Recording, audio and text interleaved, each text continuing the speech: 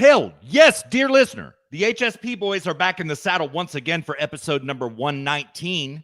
Thank you so much for saddling up with us. 2 separate continents, 2 separate countries, 2 separate adult beverages just to make it fair, and 2 separate cups of coffee fee. 2 separate fact shamings, 2 separate mansplainings, 2 separate trails to the same inevitable conclusion.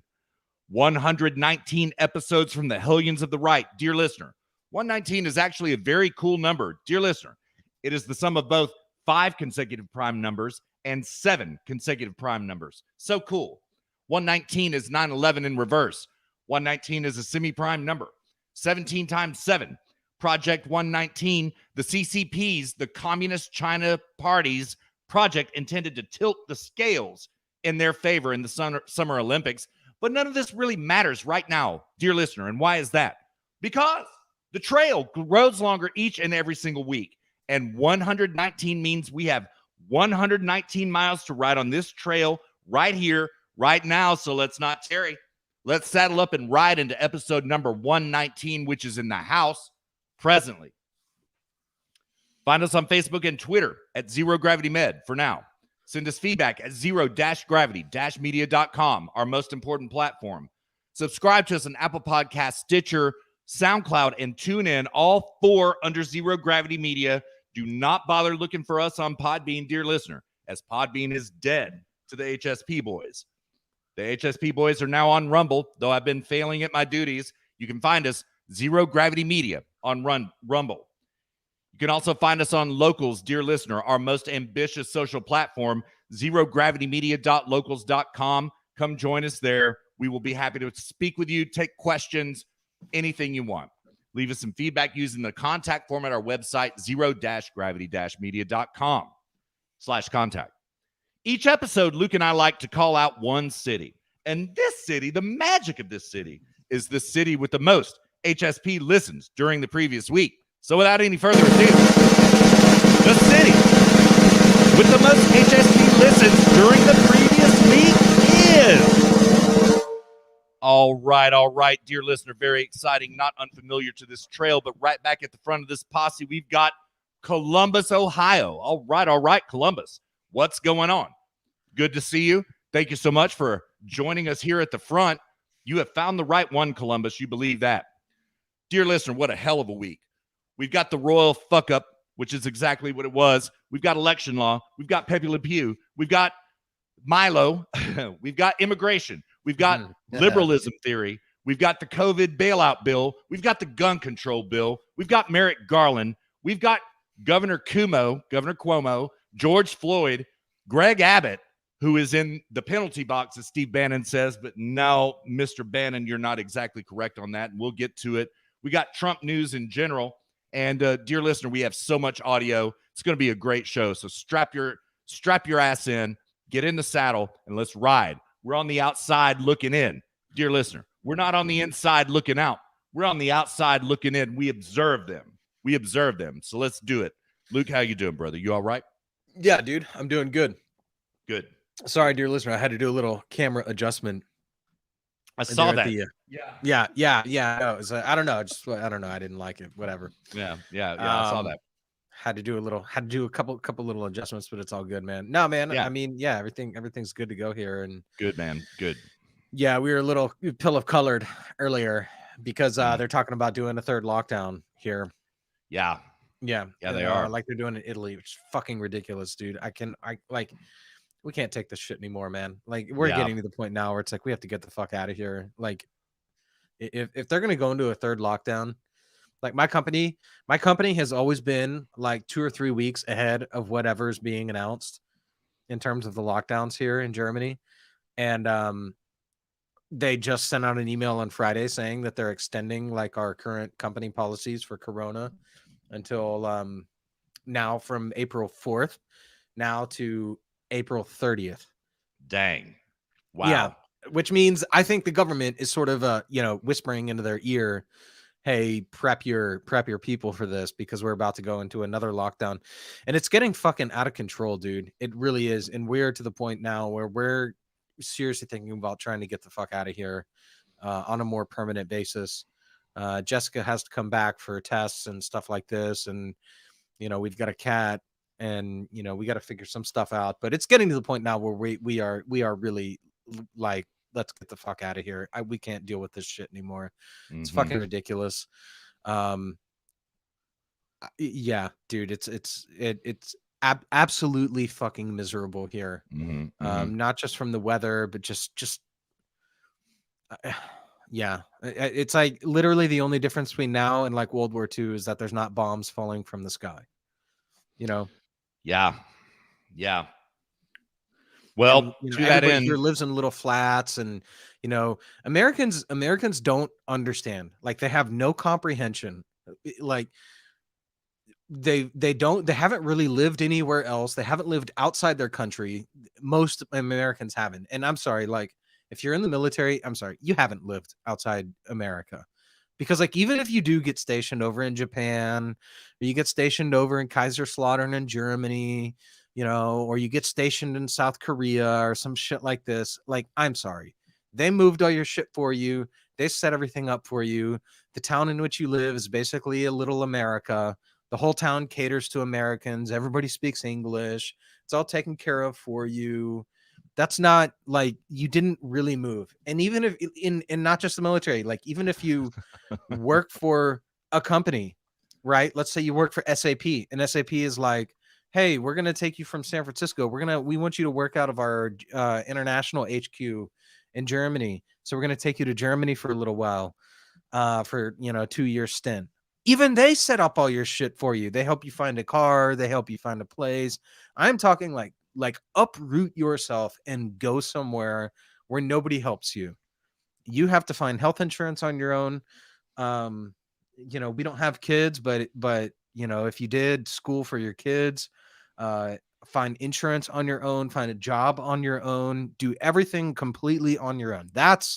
Go do that, and then live like that for 5 years. And then you fucking come tell me whether you appreciate America or not. Because I can guarantee goddamn to you, you will appreciate America a hell of a lot more than otherwise. And we are so ready to get the fuck out of here after all this lockdown bullshit. We are ready to get out of here before, but now, like, the urgency is really at pitch fever. Like, we are like, okay, like, the fucking clock is ticking. When is the earliest moment at which we can get the fuck out of Europe, out of Germany, and get to America as quickly as we can? And everyone's like, I can already hear, oh yeah, now the Biden's elected, you can't wait to get to America. Yeah. Ross says, Ross is chiming in. There's not bombs falling from the sky. ... Yeah. You called it. Exactly, Ross. Absolutely right. Absolutely right. And in Europe, when that happens, there's nowhere to go. Yeah. There's nowhere else to go anymore. So, and Ross, it's good to see you, brother. Thank you for leaping in first. It's good to see you, man. Yeah, dude, totally. Yeah. So, man, we are. It's pitch fever here with us. We are looking at days. We're not leaving here within days, but we are really trying to pinpoint the day in which we can leave, and we'll likely never return unless there's some sort of family emergency in which, our presence here is required on a more permanent basis. But we are, dude, it's, Americans have no comprehension or ability to understand how good they really have it. I posted on Facebook like this past week, they are like spoiled children complaining about the wallpaper from inside the mansion out of which they've never stepped. Yeah. Well, to that end, Luke, Biden gave a very, very pessimistic message about the Kung flu this week. It was nothing but gloom and doom. The dark winter may end by Independence Day, according to Biden. Dear listener, if you didn't catch it, don't waste your time. It essentially was this, as I told dear listener, you take the shot or else. You obey Fauci or else. You don't travel or else. You wear the mask or else. And maybe, just maybe, we will be able to open up again, and you will be able to gather again on the 4th of July. Just maybe. And meanwhile, China has nothing to do with this, and there's nothing going on at the border. These are not the droids you're looking for. That was the Biden speech in a nutshell. Yeah. You know, like I don't listen to Tim Pool a lot anymore because I think it's primarily a profound waste of time. I think Joe Rogan is by and large as well. They've both just become. I mean, Joe Rogan is censored now. He is. Yeah, Spotify basically has changed its tune a lot. There was a Robert Barnes stream. Maybe next Russ in your next bit, maybe I can find this Robert Barnes stream and I'll post it. But I mean, Joe Rogan's deal was probably worth 10 million. It was worth 100 million if he was willing to censor himself. And uncensored, it was probably worth more like 10. But you know, Tim Pool, it's just like, dude, he crams 5 minutes of content into 50. And you know, it's like everything he says, it could just be said in like 3 sentences, literally. And so he was talking about it, but he did make this interesting point about how Joe Biden is only the president of blue states. He's like, we're already living in the United States. The United States is already living in a situation in which the president is only the president of the blue states, and then the red states are being there's already a Ross slip. Did I do the Ross slip? I didn't hear it. But I didn't either. Yeah. Well, but I wouldn't doubt it. Yeah. Ross is on my mind. Yeah. Ross is always on my mind. So yeah. Hello. Is it me you're looking for? Dang. Yeah, but I mean, dude, you think Texans you think Texans are gonna? I mean, my sister sent me this meme earlier. Where it was like Biden saying like, oh, you know, if everyone wears a mask and you get vaccinated, then you can barbecue on 4th of July. And then the Texans are like, y'all quit barbecuing. Yeah. Yeah. So I mean, do you think Texans give a fuck about like, oh, hey, Joe Biden said that we can't celebrate 4th of July. And I mean, I saw what's her face, South Dakota, Noam. Yeah, Kristi Noem. Yeah. Mm-hmm. Yeah. She was like, yeah, fuck that. We're not canceling fireworks on 4th of July. She already came out and said that. So good. Yeah. Good. Yeah, like fuck Biden, dude. Who cares? Like nobody gives a shit. He could say all he wants, and the blue states are gonna fall in line, and you know, everyone's gonna, oh, you know, maybe we shouldn't have fireworks. Oh, that's dangerous. Fireworks are you know, they canceled you know, Russ, you know, they canceled New Year's in Germany this year. You weren't allowed to have fireworks. That's like the one time you're allowed to have you know, explosions and fireworks and shit like this, like one day a year in Germany. They sell fireworks like 3 days a year. It's like the 2 or 3 days a year, and they're gnarly ass fireworks too. Like American fireworks are cuck fireworks compared to German fireworks. Like they are huge ass rockets and shit like this. They canceled that. And did you know what happened? No, not a goddamn thing. The fucking numbers rose. It didn't do shit. Right. I guess, you know, right. I was always under the impression that fucking Corona was spread through fireworks. And so I was totally on board. I was like, you know what? I mean, I figured what it was is the people in the plants have Corona who are assembling the fireworks. And so when they get shot up into the air, it's literally raining Corona all over everybody. Oh my God. Yeah. You know, it's like a rocket goes up in the air, it explodes, and then Corona starts raining down upon everybody, and we all get Corona because of the fucking fireworks. But you know, so they canceled it, but that it didn't help. You know, here we are. It's fucking April almost. It's March, and we're still in lockdown, and they're talking about a third. So by all means, cancel 4th of July. Yeah. Super spreader. Oh my God. Yeah. They're gonna do their best, Luke. They're going to do their best. You set your watch to it. So I'm reminded of the scene in Team America when you saw that movie, right? Yeah, when he's doing the little when he's acting his way past the guard. No, he's already acted his way. Gary's already acted his way past the guards, and he's talking to the Russian terrorist, and he's like, and I remember on that day when the fiery black liquid death rained down upon us, I put a jihad on them. And if you don't, I'll put a jihad on you too. Yeah. It's like, this is like 4th of July, like Biden. You know? Yeah. It's like, I remember When the corona rained down upon us from the fireworks, I put a jihad on them. And if you don't cancel 4th of July, I'll put a jihad on you too. Yeah, man. Yeah.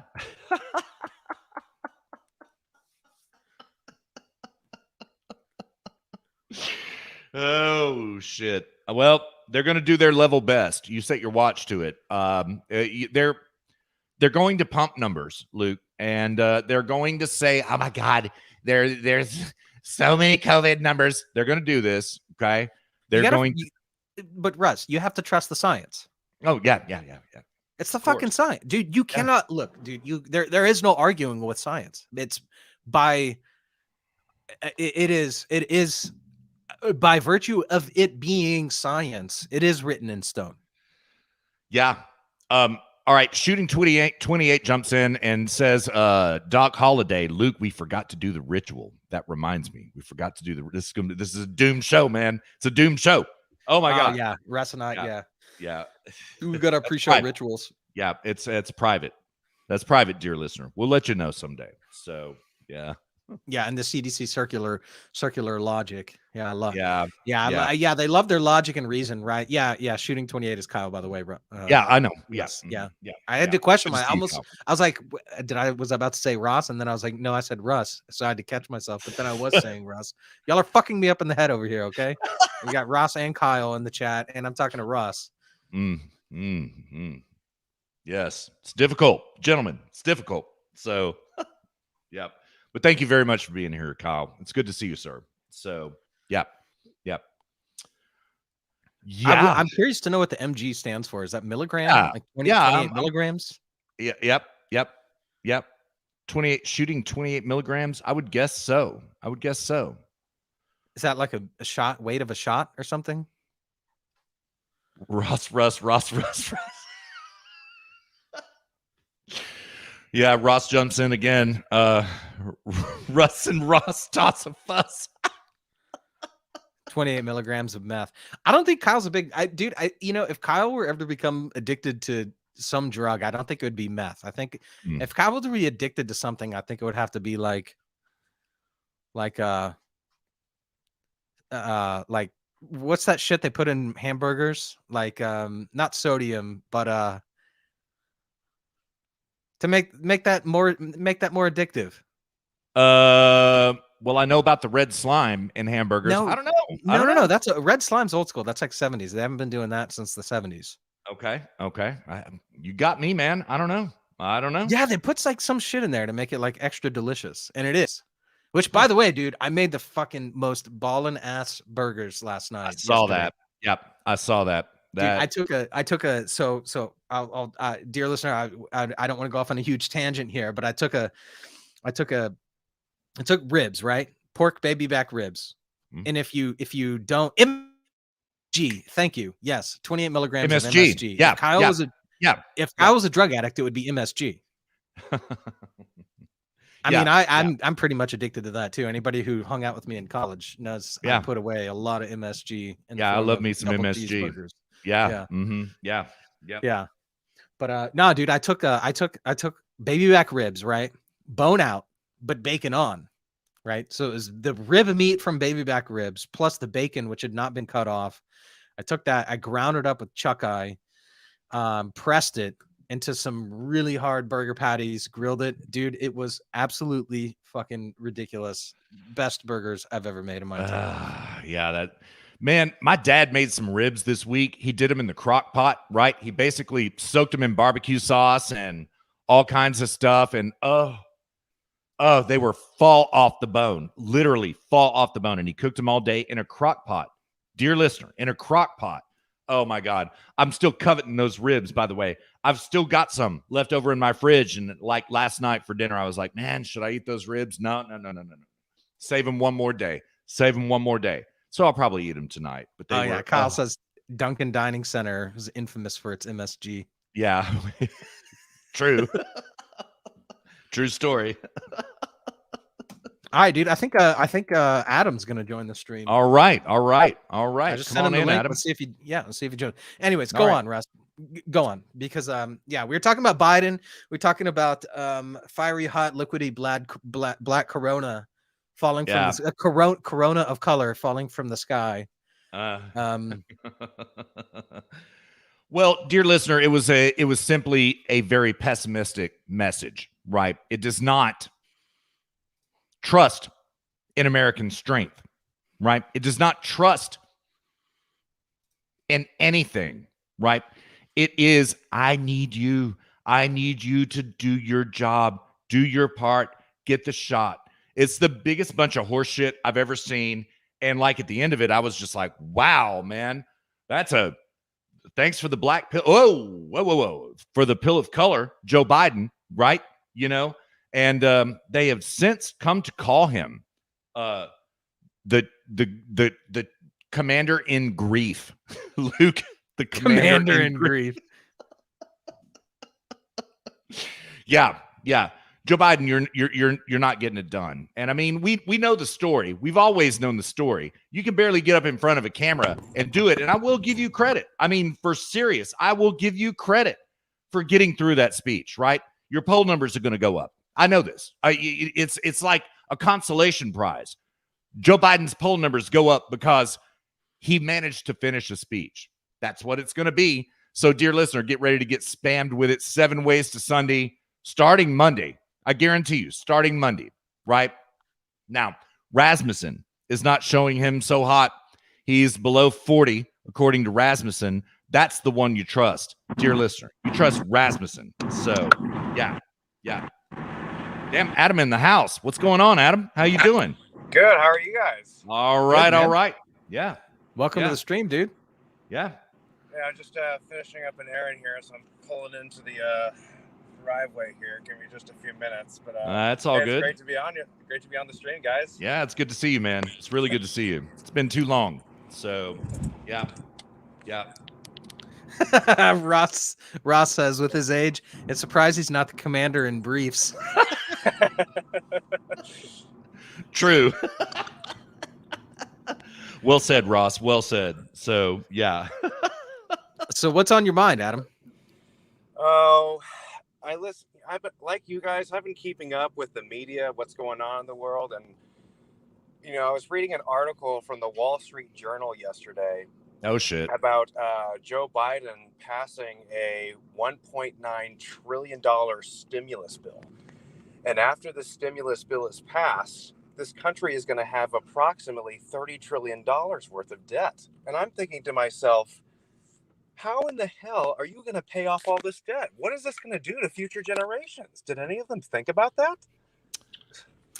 That's a valid question. And this has been, I think, my primary complaint during the Trump era. And I regretfully didn't voice it more. I wish I would have, which is that, and we've said this numerous times on previous shows. I mean, one could argue that philosophy and bad philosophy was the chief ruin for every country in history, and that's true. But the concrete result of all of that bad philosophy, which has ultimately led to the failure of all these countries, has been debt. Debt has been the concrete failure of every country in the West. Yeah. And we are just going down that path. We're repeating so many same failures, whether it's ancient Greece, or Rome as well, going and involving ourselves in the Middle East and are indebting ourselves on a mission to do so, which is a failed mission. And you're absolutely right. We're spending money. And Russ, how many generations is it that's going to take to pay this off? You know this number. It's like 5. Seven. Yeah. Mm-hmm. Yeah. At this point now, it's 7. Yeah. 7 generations to pay off this debt. That's assuming that we don't indebt ourselves even further. Yeah. So which we will. There is a $4 trillion infrastructure bill right behind it. Adam, set your watch to it. We're going to find out about it this week. I promise you. It's $4 trillion and $2 trillion goes to the Green New Death. And Senator John Kennedy of Louisiana had some choice words to say about this stimulus bill. He was on Brian Kilmeade on Friday. I'm going to take it from the top here. Senator, are you celebrating the greatest progressive bill in the history of our country? Well, I voted against it, Brian. President Biden says it's a coronavirus bill, and my response is right, and the stripper really likes you. And the stripper really likes you, says John Kennedy. Wait a sec. Well said, Mr. Kennedy. Yeah. The corona stimulus, Adam, most importantly, does not address anything at all. It doesn't. Yeah. There's $400 billion in there that addresses stimulus to Americans, and the rest of it is bailout of blue cities, money sent overseas. It's absolutely despicable. And Mr. Bannon, embarrassing to see. Yeah, it is. It is, and it's also terrifying because I'm sorry to say I think we've passed the event horizon as of now. We can't get out of this at this point, and there is going to be hell to pay. So, Mr. Cropper in the house, what's going on, Mr. Cropper? Kyle jumps in, says President House Plan per Ben Shapiro. True, he did say that. And Ross says, with his age, it's surprised he's not the commander in briefs, as Luke already said. Gentlemen. So, yeah. Yeah, and Brandon says Rome debased the currency as they fell. Our currency is totally debased. Yeah, I'm not I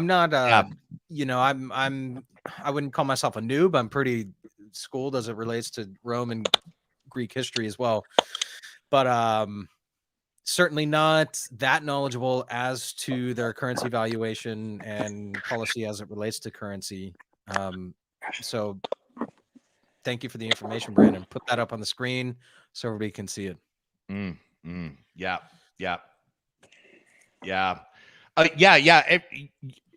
Kyle, everybody gets $1,400 if you make less than 80,000. I think that's what it is. If you make less than 80,000, a couple making less than 160,000, they get like 5,400. I mean, here's the question, bro. Does it help? Right? No, doesn't help at all. It's just more debt. That's all it is. And despicable and terrifying as well. 1,400 cuck bucks. Yeah, 1,400 cuck bucks. Yeah. I'm going to buy me an AR-15, man. So thanks, Biden. Appreciate it. Yeah, appreciate that. Well, in all honesty, I'm very familiar with this because in my profession, we see this all the time. So here's a classic example of what's going on. So I work for a company here in California, or Cover California, which is the Affordable Care Act. It's a marketplace exchange for healthcare. And if somebody's adjusted gross income, meaning your annual income before taxes, and deductions and such, is $17,609 or lower, $17,609 or just above that, you can get the most comprehensive health insurance plan for as low as $1 a month. But as soon as your adjusted gross income crosses $76,560, you're going to be paying out the nose. Dude, you know what I was making when I came to Germany, and what my health insurance, I was a contractor actually for Brandon. I'm not gonna. He and I agreed that we would not discuss the terms of our working relationship when I came to Germany, so I'm not going to say who it was. But Brandon, this person, and I'll tell you privately. I do too. You will be impressed, Mr. Cropper. You will be quite impressed. So So he agreed to pay me the same that I was making when I left San Francisco, which was $90K a year. And when I came to Germany, I was a private contractor because I was working for an American company that did not qualify me for a working visa. I found out later. So I ended up flipping burgers just to get my working visa so I could get married here in Germany. But my health insurance, I was making $90K a year. They quoted me my health insurance, and I have this in writing. And Adam, if you're curious, I can send you the screenshot. I actually posted it on Facebook. It wouldn't be anything. You could even just look at it on my Facebook photos. It was $2,300 a month was my healthcare premium. Oh yeah. Believe it or not, I've seen worse. It's terrible. And I'm just thinking to myself, like, how does our government see this as affordable? So you first passed an Affordable Care Act that cost this country approximately $20 trillion. Now it's looking at even greater than that. Then you pass all these stimulus bills. Like, it's just bleeding us dry. And I'm thinking to myself, how can this continue? How is this country going to sustain itself if we keep spending money like this? It cannot continue. That's the short answer, right? Debt is debt. It is a very serious thing. And what we're staring at in the face, Gen X and beyond, is the inability to ever retire. That's what this is going to feel like for us. We will never retire. So, yeah. In Germany, they have a word. I don't remember the word in German, but they have a word which is retirement poverty. And it's the Germans, when they retire, they can't afford to retire in Germany. So they go to Romania, they go to Eastern Europe to retire because they are too impoverished. Their retirement does not cover their, and nobody here saves money. I mean, my God, nobody here saves money. My mother-in-law is like, wow, why are you thinking about going to America? But Luke has such a good job. If he just stayed here and worked another 30 years, then, he could retire. And it's like, retire on like $1,200 a month. And like, what is that going to, we have no savings, retire with no savings on $1,200 a month, which is worth fucking pennies 20, 30 years from now. I mean, so what, we're going to go to fucking Romania or some shit like this, so that we can live, it's insanity, dude. But Adam, I want to ask you this, man. And I ask you this because, Jessica and I are considering making a move to the United States. And one of the places which we are considering is a move back out to California. We're looking at like Texas, California, Colorado, because we want to go back to the States, but I don't know, man. I can't bear to like move to like Georgia or some shit like this, So like, how, I want to know, man, boots on the ground. How bad is it? Is it as bad as the media makes it out to be? Is it as bad as the conservative, the right-wing media makes it out to be? If you're in the big metropolitan areas such as San Francisco, LA. What about San Diego? I can't speak for San Diego, but I know LA and San Francisco are really bad. In fact, my brother knows some people who live in the city of Berkeley, and he was going up to Berkeley to go visit them. And as he was taking the exit ramp, I can't remember which one it was, but it's an exit ramp that goes to one of the main streets in Berkeley. All he sees throughout the entire road are tents and homeless people living on the side of the road, left and right. And I know in my neck of the woods here in Fresno, it's not so bad so much in the suburban areas, but if you go to the downtown area, there's a lot of homeless people camping out in front of businesses. In fact, in our office, in my brokerage office here in Fresno, we've had a couple of homeless people camp outside of our office. Then we had to call our tenants and say, hey, you need to get the cops and get them evicted here or get them off our property because they're scaring our clients away.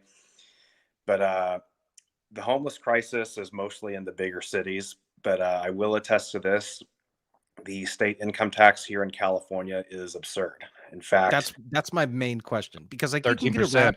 It's like 13.3, and what made it even? Oh, they raised it. Dang! Wow. Well, they were going to raise. In fact, I don't know if you heard about this, but according to Forbes, our state legislatures were contemplating about raising the state income tax to about 16.8%. Oh my God! But it only applies to people who are making about $6 million or above. So this is either companies or really high end people, but. I don't believe it ever got passed, but my advice, coming full circle, if you can live in Texas, I would say yes, definitely take advantage of that. But if you want to move back to California, I would not recommend living in the bigger cities. I mean, a lot of people bag on Fresno, like Bakersfield. Fresno's lovely. Yeah. Gentlemen, if I can leap in for a moment, I'm going to take it from the bottom to the top. Brandon Cropper says California is hell. Yes, Mr. Cropper, it is. Luke and I are refugees of California, though we do miss it. We confessed to one another before the show. It won't continue, referring to the debt, says Mr. Cropper, but when it ends, much of our debt will be paid / worthless. Yeah, that's correct. Ross jumps in. AOC told us you can't have debt in your own currency. Yeah, this stupid bitch doesn't know the difference between currency and money. So, So Can we all take a moment and appreciate the irony in all this? I believe she graduated from Boston College, right?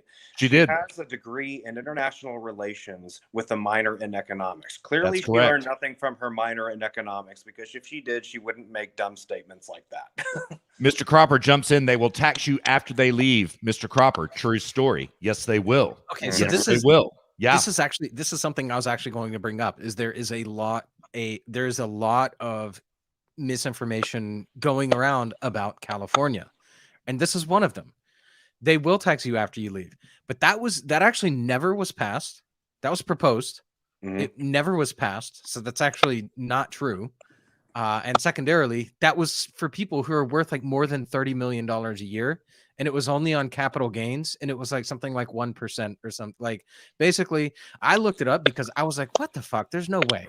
It's just like they basically follow you for 10 years after you leave the state. I was like, "There's no way this is true." I looked it up. I found the actual bill, discovered it was never actually passed, and turns out it was right-wing conservative media bullshit, saying, "Oh, California, they're going to follow you around for 10 years and take your money and blah, blah, blah." And it's complete horse shit.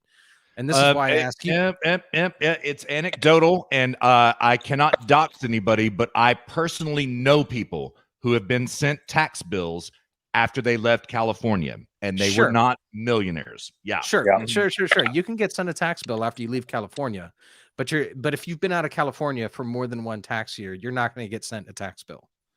Unless you have properties there, you're making capital gains there, unless it's something like that, then it might be different. But this whole bill about like this whole fiasco around, oh, well, they want to tax you even after you leave, that's complete horse shit. That bill never passed. And that was because my mom brought it up, and I was like, okay, I've heard like 5 people tell me this. I found it to be ridiculous and unbelievable, and I looked it up, and it's just not true. That bill never Don't passed. be surprised if it does happen, because our state legislatures here in California there aren't enough words to describe how absurd they really are. It's just no, dude. I don't doubt it. And Brandon says, I doubt it's complete horseshit. They'll have it pass. I'm not saying it won't pass in the future. I'm saying that right now it's complete horseshit. And you're being lied to. It's not true. It was proposed. It didn't pass. There are some other laws that did get passed, and some of them are quite shocking. And I don't know if the two of you have computers in front of you, but type in California Senate Bill 145. Let me look at. I'll do it. I'll do it. Russ, hold on. All right. California Senate Bill 145. Okay, okay, here we go. Blah, blah, blah, blah, blah. While Luke does this, Mr. Cropper jumps in, quote, "Foot in the door." Yes, sir, Mr. Cropper. And the camel's nose under the tent is exactly what it is. Kyle jumps in. If Elon left Cali, shouldn't that tell you everything you need to know? Yes. And where from California, where did Elon flee to? Texas. Yeah. So yeah. What does that tell you? Look, like, again, I'm not saying it's not a foot in the door. I'm not saying it's nothing. I'm not saying that like everybody is wrong here. What I am saying is that we cannot lie to each other. We cannot sit over here going, "Oh yeah, this happened, that happened, this happened. Oh yeah, blah blah blah." Like, if we're supposed to be on the side of truth, we're supposed to be the ones who actually know what's going on. We're supposed to be the ones speaking the truth. We can't be running around doing what the left is doing, going, "Oh, they're a bunch of fucking fascists." Like, we're on the side of truth, and not, we have to be trusted, and we can't be, So yeah, it's a foot in the door. Yes, of course they're pushing for it. Yes, the Republicans are complete fucking pussies with allowing oh shit, what was his name? Mark Elias running around suing Texas 12 times to break down their election integrity system, and as well as all of the rest of the other states. Like, the Republicans are complete pussies. Okay, we can all say that, but let's not also lie to ourselves and lie to each other and lie publicly about things which are not true. Yeah. It's and needless to say, I have to agree with you there, Luke. A lot of these Republican politicians I was very disappointed with, including but not limited to Mitch McConnell and Mitt Romney. I was very, very disappointed in them. Yeah, totally, dude. They're useless. They're worse than useless, man. I'd rather just have them say they're Democrats than pretend to be Republicans. So I'm going to share my screen here. I've got California Let's see, Chrome tab. Oh, son of a bitch. This is not Chrome. This is a Safari tab. Hold on. Yeah. Let me reopen this in Chrome. But the reason I wanted to bring that Senate bill to your attention is I think what agitates me the most is like you see the left saying, okay, we want to take away your firearms. It's okay to have illegal immigration, no walls, etc. But it is okay to do what you're about to read in that Senate bill that I gave you minutes ago. And when you read it, it will shock you. Okay, so I've just pulled it up. It's on the screen now.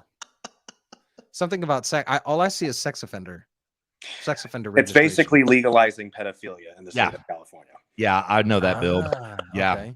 Yeah, it is. Mm-hmm. Yeah, Not to men. It's gonna pass. Blah, blah, blah.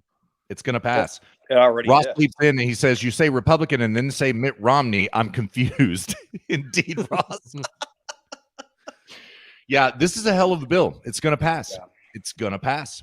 So and, I guess it's just so many people. And here's another thing: as far as people moving back to the States, one of the things I did in my other professions, healthcare is one of multiple things I do. But over the past 5 to 10 years, a trend that we've been noticing with baby boomers in particular is that more and more people are leaving California by the droves. One, because of the high taxes, and two, because most of the jobs are in the big metropolitan areas, nobody can afford to live there. So they ended up moving to other states such as Nevada, Arizona, Texas. You have to learn to code, bro. Yeah. Yeah. LTC, bro. LTC. Yeah. Yeah. That goes for you too, HuffPo riders. Learn to code. So yeah. Yep. But I guess what shocks me is like they think, oh, this is rational. This is the ethical and progressive thing to do. Is like we've been on the receiving end of this for quite some time, and bills that you see, such as Senate Bill 145, are not progressive. If anything, it's regressive. So I'm just astounded by how so many people in this country just can't see this. It's right in front of them. But what do I know? Yeah. Yeah, I'm reading it and I'm skimming it now. It's triggering. Yeah, it astounds me. I just can't believe that our legislature. I don't know. I don't know how what's funny to me is like we have so many contradictory pieces of legislation going through between like the federal government and the state governments. It's like, they just passed the For the People Act. Or no, that was For the People Act was about voting, but the other one where they abolished the concept of genders. And then during International Women's Month or International Women's Day or and then it's Women's History Month, and then they passed this bill, and then now this like sex offender thing. And there's progressive groups running around talking about how pedophilia is just a sexual preference, and who are you to judge and all this shit. It's just, dude, it's. Can I jump in again here? Yeah. Go for it. Take a moment and enjoy the irony and all that. It's National Women's Month, yet we have transgender women going into women's sports, women's beauty pageants, and now it's also happening in men's sports as well. I mean, that to me, seeing a transgender who thinks they're a woman participate in women's sports and that to me is far more disrespectful and really misogynistic. I mean, how do people not see this? I mean, I think we all do. I'm looking at all this, and it's just like, to be fair, I mean, I look at this and I just think, when South Park becomes real life, I'm dead serious. I mean, I never thought our world would get this crazy, but sure enough, it did. Yeah, dude. But I mean, again, this is why, I wonder, how far off the rails California really is. I think this is just the tip of the iceberg, and it's not just California. I would say it's all along the West Coast. That's almost one of the reasons why I liked being in California, because I felt like I was living 5 or 10 years into the future of the rest of the country. So whatever's going on in California, I know this is how bad it's going to be elsewhere 5 years from now. Yeah, I mean, it kind of gives you a projection. That and New York and the state of New York for sure. But see, like, okay, so even San Francisco, take San Francisco for example. I have a good friend that still lives there, and I speak to him every couple of months. And I asked him, I was like, okay, so Paul Joseph Watson and a lot of these other sort of pundits on the right talk about like San Francisco's a shithole. There's human feces everywhere, and to be sure, that's true. I mean, I've watched someone piss on the street at 8 o'clock on a Monday morning while I'm walking on the way to work through the financial district. I Yeah. mean, so that and that was not at all surprising. It's like, oh, the guy's over there just taking a piss on the sidewalk. And what he told me, he was like, no, dude, it's the same shit. He's like, there's just more homeless people. It's just more homeless people, but in the same area. That's Yeah. it. And so I don't. It's like I don't trust anybody with what anybody says about California at this point. I mean, yes, I see the legislation that goes through, but I mean on a day-to-day, Well, it also depends. These people that you're talking to, it really all depends what part of California they're in. Take me, for example. Here in Central California, you'd be surprised how many conservative people are in places like Fresno, Bakersfield, Visalia. Oh, for sure. Yeah. Yeah. But as soon as totally. you hit the major cities and all the coastal cities, that's where it goes very, very liberal. And I mean, for us, we just think like you guys are passing laws that are doing more harm to the state than good. So yeah, for sure. I mean, the reason there's so many homeless people out there, there's two reasons. I mean, number one is the weather makes it possible. Number two, yeah, Russ, you and I have a mutual friend who was hired by the city of San Francisco to do a study on recidivism rates. Oh, right. So in other words, people who go to jail and then they go back to jail, right? So the rate of people who get out of jail and then end up back in jail, it's called recidivism. And so he was supposed to do a study on recidivism and why the rates are so high in San Francisco. And so the first thing he did was start interviewing former inmates and current inmates in the California prison system. So he said, well, how did you get here? And he saw this trend emerge among all these inmates and former inmates whom he was interviewing, and drug addicts and homeless people. And he said this trend emerged, which is all of them just saying, well, I got arrested in Fresno, or I'm from Bakersfield, or I'm from Sacramento, or I'm from any other city in California, and I got arrested for heroin, or I got arrested for this, and I got arrested for that. And when I got out of jail, they gave me a bus ticket and said, go to San Francisco. They'll take care of you there. And gave me a bus ticket to San Francisco, knowing that I had nowhere to live and nothing to do, no job and no future. mm-hmm. And they shipped me to LA, or they shipped me to San Francisco, whichever one was closer, and shipped their asses there. And he's like, so these cities in California are just shipping people out to San Francisco and just filling them. Now, does that absolve San Francisco for any sort of moral guilt for taking all these people in, and then what are we going to do with them all? But I mean, it's actually kind of funny when you think about it. Well, yeah, I mean it is. It's like a massive troll, right? But this is how all these people end up there. They literally are shipped there on buses from cities all around. I wouldn't be surprised if they come from Nevada. If Nevada does the same thing too. Oh yeah, and even Kyle says, I'm confused why signature verification is so important now when trying to recall Newsom when not in general election. Yeah, that's funny, Kyle. That's very funny. They're going to put a microscope up your ass to prove your signature on these recall petitions. You believe it? One of them. Yeah. I wouldn't be surprised if they import a bunch of the Chinese anal swab corona tests. They double that with signature verification.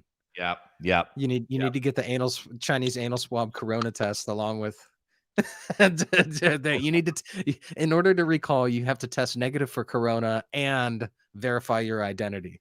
Yeah. Well, speaking of corona, did you hear what Governor Newsom was doing here in California right when the virus hit its peak? This is in relation to all the inmates and such. So what happened was, I don't know why he did this, but this is when a lot of people were starting to test positive for COVID. There were a lot of, cases were shooting through the roof. And during that time, apparently Newsom's strategy to lower the spread, I guess, he was releasing inmates from prison into the streets. And I'm just thinking to myself, okay, if you're trying to contain the virus, if you're trying to prevent the spread of this, why are you releasing more people? Yeah, is there out of kung prison? flu or is there not kung flu? It's a Yeah. simple question. You know what I mean? And Kyle jumps in. Who gets removed first? Cuomo, Newsom, or wildcard Whitmer? On this one, Kyle, I'm going to go with Cuomo. He will be Agreed. removed first. Yeah. That was that was going to be my guess. Yeah. Mhm. And Honestly, I wouldn't be surprised if Cuomo didn't get removed anyway. I mean, like one thing that I want to, just a simple observation is like, when I looked at Joe Biden with all these sexual assault allegations he had, including Tara Reid, nobody batted an eye. In fact, I mean, when Kavanaugh was convicted, not only did they put him on trial, you practically crucified the man. Wait. Hold on. Tara Reid? Tara Reid was one of 8 women that stepped forward and said back in 1993, correct. Yeah. He Like sexually assaulted me. Hot blonde Tara Reid? What's that? Like the hot blonde chick? Tara Reid? Yeah, just if you Google, different Tara Reid. Yeah. Oh, well, that sucks. Okay, then not even worth it. That might have been worth it if it was shot with Tara Reid. But Kamala Harris was leading the charge with the Me Too movement, going after Biden. As soon as she discovered he could be That's correct. Well, forgive and forget. We'll just look the other direction, act like this never happened. BFS now. Yeah, she's soon to be president, so she knew exactly the Faustian bargain she made. I remember this. This Tara Reid. Yeah. Now, gentlemen, I know who you're hoping for. I was hoping for the Rape NATO. Right. Well, the reason I bring this to everyone's attention is like, well, Cuomo should be fired. It's like, really? It doesn't seem to bother you when Joe Biden does it. It doesn't seem to bother them when many of these other liberal politicians, including Bill Clinton, who years ago had a fling with Monica Lewinsky. But it's just like, what I gather from all this is like, this behavior is okay so long as the person doing it is liberal. As crazy as that sounds. It depends on what your definition of the word is. But, yeah, there you go. Yeah, Russ, what were you going to say? I want to return to some context earlier, gentlemen, about the homeless industry that is going on in San Francisco. It cannot be ignored that San Francisco, in this COVID relief package, oh my God, just got a carve out. The city itself got a carve out of $650 million. This homeless industry is entirely subsidized by taxpayers outside of blue states, in red states. It is directly subsidized. This is big business in San Francisco. Let us not forget that both Los Angeles and San Francisco bought hotel rooms for the homeless during the Kung Flu. The entire time, as far as I know, they are still living in those hotel rooms, financed entirely by those city governments, which now just got entirely bailed out by the COVID relief package, right? So, dear listener, you're paying for this, okay? This is a massive industry, right? And you're paying for it. Furthermore, there is a discussion in San Francisco right now about all these tent cities, about giving these people property rights for where their tent is erected. And I shit you not, that means that a homeless person, when they build their tent there, are given property rights for that section of street. In Oregon. Yeah, it is. Yeah, dude, you're totally right. I mean, the same applies to all this stuff. Like in Europe, the immigration from Africa is an industry. That is a whole industry. It's this whole supply chain. There are people going down into African countries, offering them travel packages, immigration packages into Germany with travel insurance packages, meal plans as you cross the Mediterranean. The NGOs who pick them up in the Mediterranean, they're the free side of the supply chain. Actually, it goes a little bit further than that. You want to hear something crazy? Yeah, go for it. So one of my closest friends from college is from Spain. And every now and then I like to go out and visit him. But obviously for COVID, I haven't been able to go out and hang out with him. But if you go through the metro stations or even the streets in Spain, you'll see a lot of people with these rugs out. They're selling counterfeit merchandise like Adidas shoes, sunglasses, whatever. Okay, podcast. Nope. Sorry about that, gentlemen. Sorry about that. Go on. Sorry. And he says, you see all these guys, like, and most of them you can tell, have immigrated from different countries, including like, Africa and some other places in the Middle East. And he says, you see all the stuff they're selling here? And he says, it's actually a Trojan horse for something else. If I were to walk up right now and ask for a bag of heroin or some kind of narcotic, they'll sell it to you. So what you're seeing there is like it's as he said, it's a Trojan horse. Like you see people, selling, sunglasses, T-shirts, whatever, when in reality it's kind of like they're just using it to sell something else. Yeah. But the way they got there in the first place, there's a whole cottage industry and an illegal immigration industry to get these people into those countries in the first place. Oh, for sure. Yeah, I mean, a lot of these people, I mean, they're from like villages in Africa, and their family will sell everything they have just to pay for their, people are like, why is it all military age males immigrating into Europe? Where's all the girls and the families? Well, it's because they all stayed home. They need the young military age male who's capable of working 40 hours a week to go there, who's going to survive and can send money back home. They get there, they realize that Europe is, ironically, this is hilarious to me. It's like, if you're going to be an immigrant to another country, there's no better country to do that in America. Good fucking luck trying to be an immigrant into Europe. If you're going into a major language market, they don't speak any other language. If you're trying to be an immigrant into Italy, Spain, France, Germany, they don't speak anything. I mean, most of the people there speak very broken English. And the reason for this, I explained on a couple of shows ago, the reason is because the language markets are so large that the TV shows, the movies, the media does not get dubbed over. If it does not get dubbed over if you're in a small language market like Norway, Sweden, Netherlands, Belgium, Luxembourg. So these countries, they all get dubbed over. They speak really good English because they grow up watching shows in English. In Germany, it gets dubbed over into German. In France, it gets dubbed over into French. They speak shit English. And so these immigrants come to Germany, they come to France. A, they can't speak the language, so they're fucked on that front. And then B, it's this, because education is quote unquote free, then almost nobody goes to college here, especially relative to the United States. It's like only 18% of kids per year are even qualified to apply, let alone actually go. So almost nobody has a college education. So as a result, they have this, as Andrew Yang would want to implement, this very strong apprenticeship program. So they all become they go to an apprenticeship to become an electrician, to become a stonemason, to become, these blue collar jobs, a welder, and they make decent money, to be fair, I should say. But then these immigrants come over and they're fucked. They can't be a stonemason. They can't be a welder. They can't be an electrician. They can't be a plumber. They can't do shit. And they can't work in service industry because they don't speak the language, and almost nobody speaks English. So they're completely fucked and they don't have work. So they end up selling sunglasses and heroin. Whereas if in the United States, you could be a Mexican, you just like cross the border and then like, boom, you find work. No problem. So it's like these socialist countries, they're built on this Ponzi scheme where they have to bring an ever increasing number of people into the country, or you have to have birth rates to supply it, which is ironic because that totally flies in the face of environmentalists wanting to ever decrease the human population, which is a physical impossibility if you're trying to fund a socialist Ponzi scheme, because you need more and more and more people pumping into the system. But because it's but because it's a Ponzi scheme, you need immigrants. But because it's a Ponzi scheme, you can't have the immigrants. It's fucked six ways to Sunday in every imaginable way. And this is why the Europe immigration crisis is such a shit show. For everybody, the immigrants included. Yeah. Well, it is in America too. To be perfectly honest, there are little girls being raped. We have found evidence thereof on the border, on our own border. Dear listener, 101,000 apprehended in 1 month. 1 month of the Biden administration. Okay. Now here's,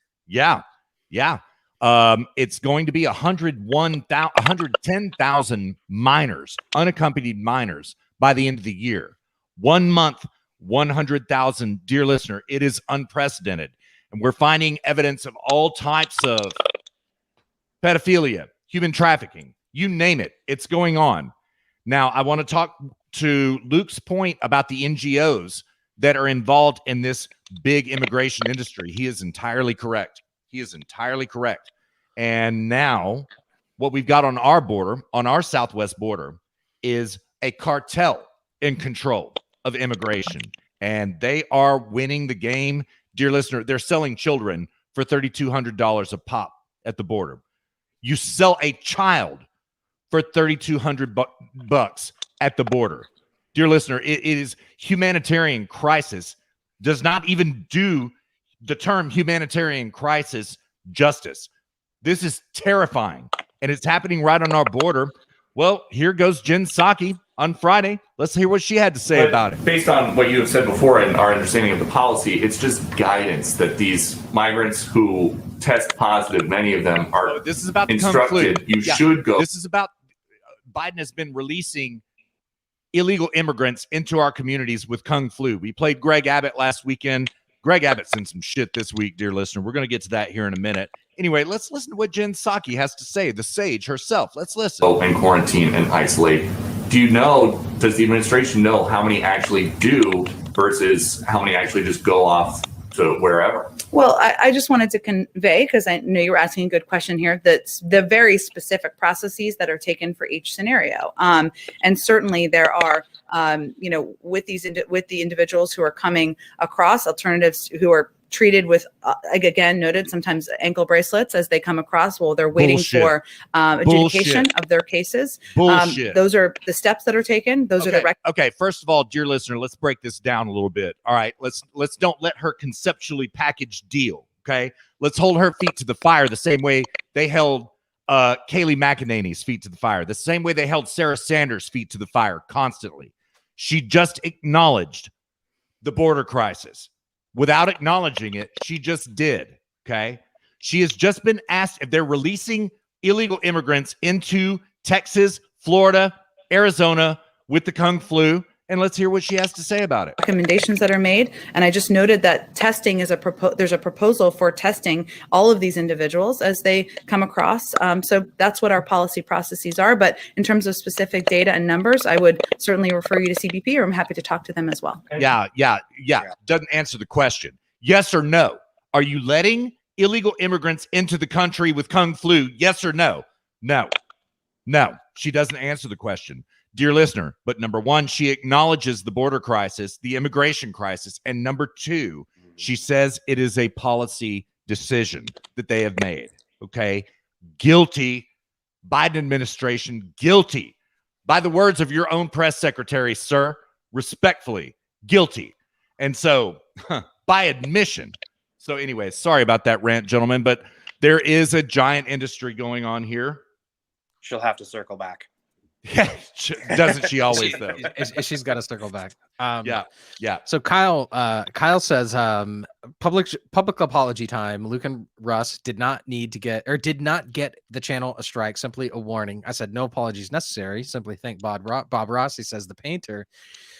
Well, yeah, Kyle. Yes. We have figured out a way to sneak past the Sentinels. It's a way of sort of jamming the radar, if you will, of the Sentinels, and by that I mean the natural language processing algorithms for YouTube.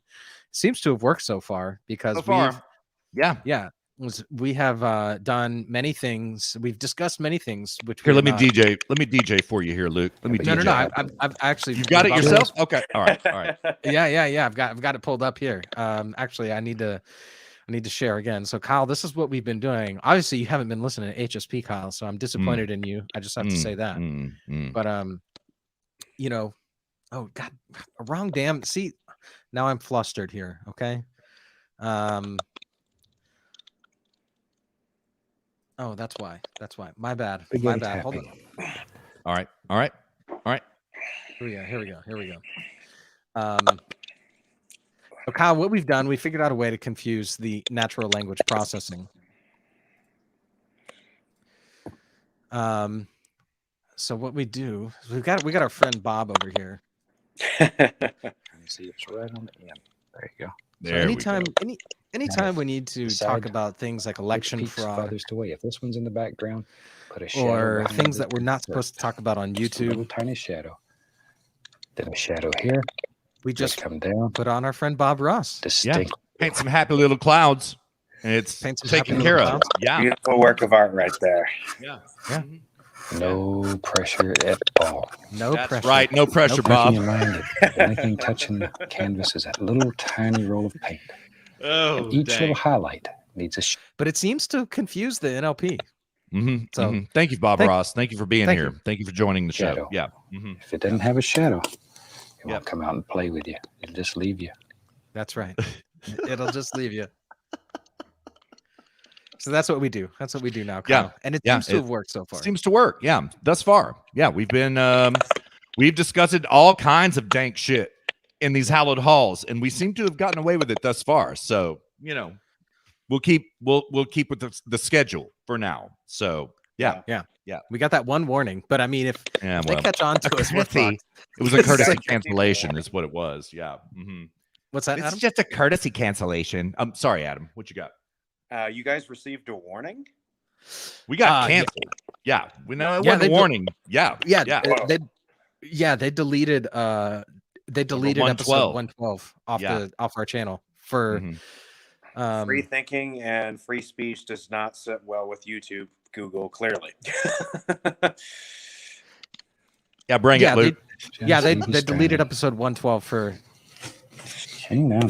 discussing election. Sometimes it's fun fraud to play some games. Beat the devil out of it. Just beat the devil out of it. So yeah. Our episode 112 got deleted for discussing that. So I was like, okay, now we got to come out, because I don't know, a principle of ours is fuck them. We're not going to allow ourselves to be censored. So as the old saying goes, you can't silence the truth. Yeah. So what have you been up to? Actually, yes, you can. Yes, you can. Sort of. That it'll come. I'll tell you what, Adam, I want to know what you've been up to the last couple of years, because it's been a while since we talked. And perhaps we should tell dear listener who you are and how we know each other. And then I don't know, what do you think after that, Russ? You want to go to break? Yeah, let's do it. I've got it queued up, so I'm ready to go anytime. Yep. All right. So we should tell dear listener. So Adam's an old school friend from back in SF. We met through the A&M club. Back in first met you all back in 2012. That was the year that Johnny Manziel made his debut, and that's correct. I was finishing up school at that time. Just taking some online classes, but I stayed here in Fresno to do it because it was more cost effective to do it online than to just pay rent and do it away from home. So during football season, we kind of traveled to San Diego. We went to the Bay Area, and my father is a Cal Berkeley grad. So while we were up there, we were watching the swim meets, water polos. I think we did a football game, and they said, well, since Texas A&M is having a football game the same weekend that Cal Berkeley is, why don't we go hang out with San Francisco Bay Texas A&M club? So that's how I met Luke, Russ, among many others, and hit it off with you guys really well, and enjoyed myself so much that I decided to make it a ritual to go back every football season just to watch football games to y'all. All right. So, all right. Since then, graduated from Texas A&M years ago. I've been working in the insurance business, and truth be told, I'd rather be living in Texas for sure, but so far my current industry has been treating me very well. Own a house now, and just enjoying my career, enjoying life. Good, man. Good. Full on boomer. Own your house. Do you have a riding lawnmower yet? No, there's only sand in Fresno. You don't need a riding lawnmower in Fresno. So kidding. Actually, everyone here in Fresno is getting synthetic grass because of all the water crisis every year. So, to cut back on my water bill, I have fake grass in my backyard. I don't even have real grass in my front yard. Understandable. They're like giant bushes, really. Yeah. What about you guys? Luke, I know you're in Austria or Germany now? Germany. Yeah, Germany. And Russ, you're in Texas now? I'm in Texas in an undisclosed bunker. Yes. Yeah. Yeah. I've got to be, as Luke knows, I've got to be careful with biographical information. So yeah. Yeah, but everything's good. I'm in Texas. Everything's great, man. I'm great. I'm so happy to be back. So Yeah. Well, no, Adam, sorry, go ahead.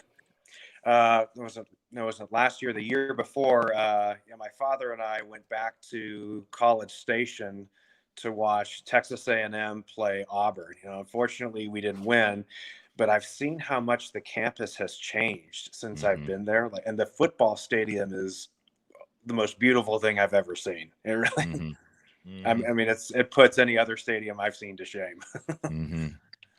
Yeah, for sure. It's wildly different, crazy different. I mean, I was in the core, Russ was in the core, Kyle was in the core.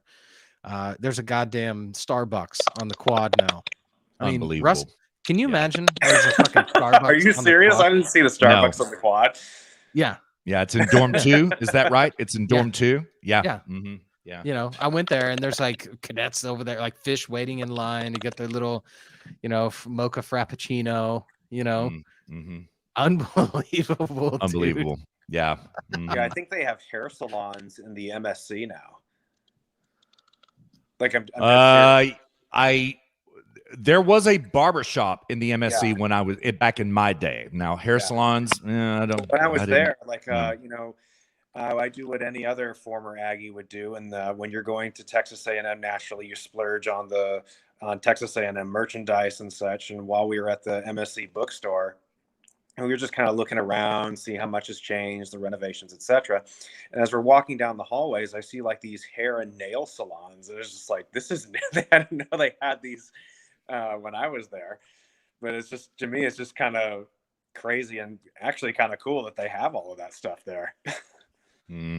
Yeah. I mean, I was when I was a fish, I had very minimalistic hair needs when I was a freshman in the core. Yeah.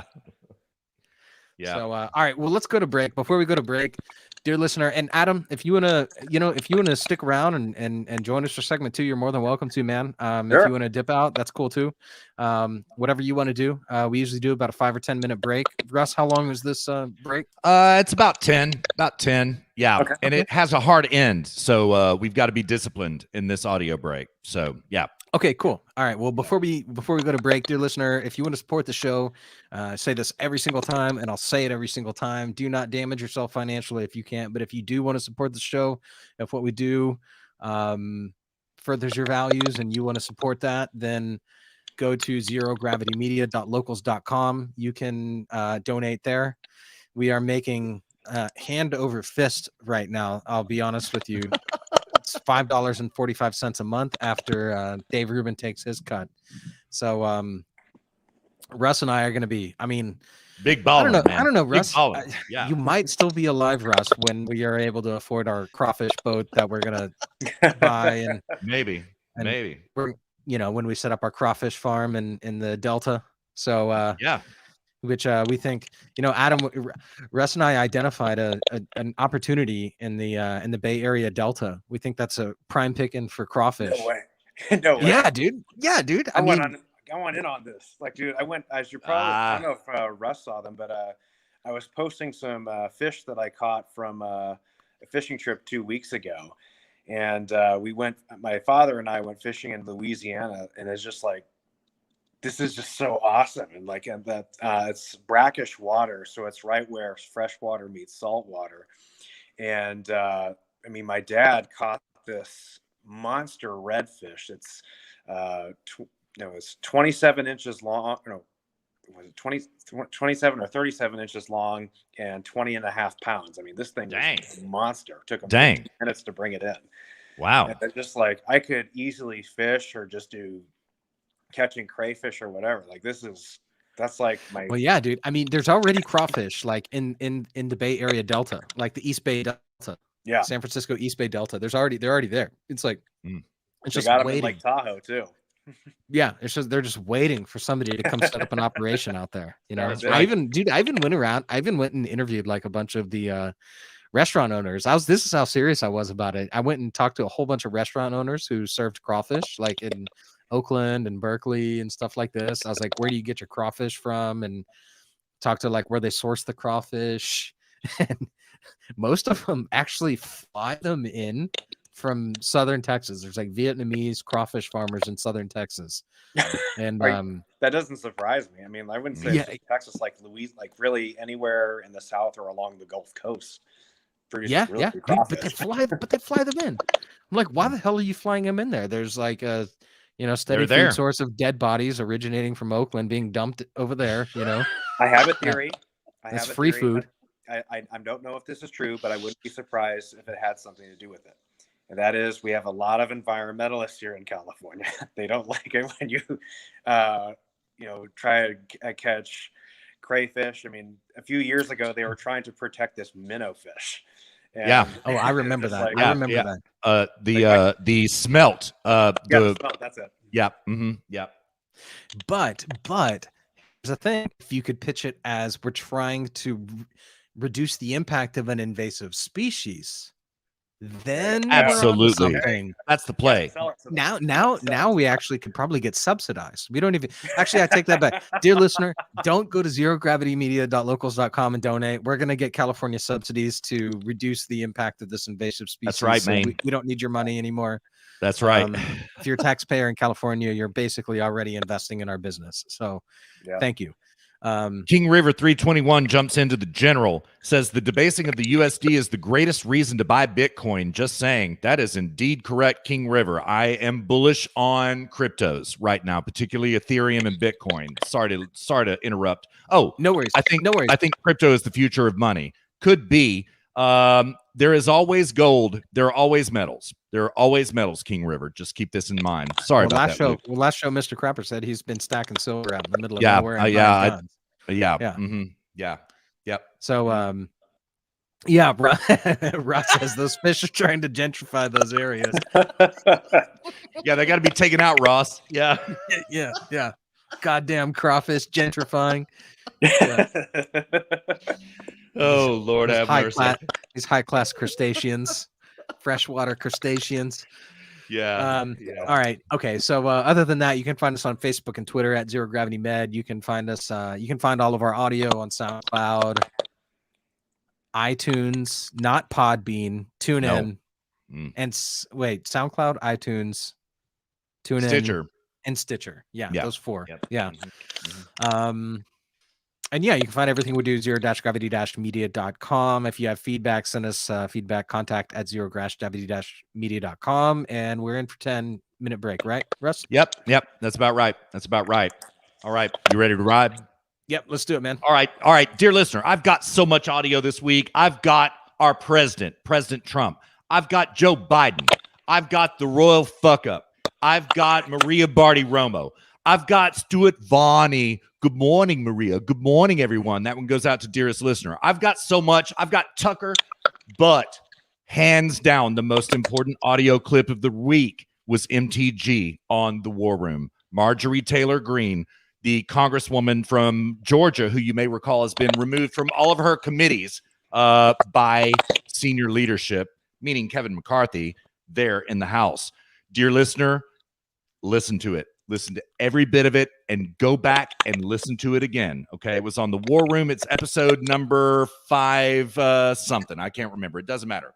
But anyways, dear listener, we're going to play it in our hallowed halls because we want to enter evidence here in these hallowed halls. And so we're going to play it again. But dear listener, we have made it halfway down this 119-mile trek. Thank you so much for riding along with us. We hope you're having as much fun as Luke and I are. Enjoy MTG, Marjorie Taylor Greene, and Luke and I will be back at you before you know it. Their fight for freedom.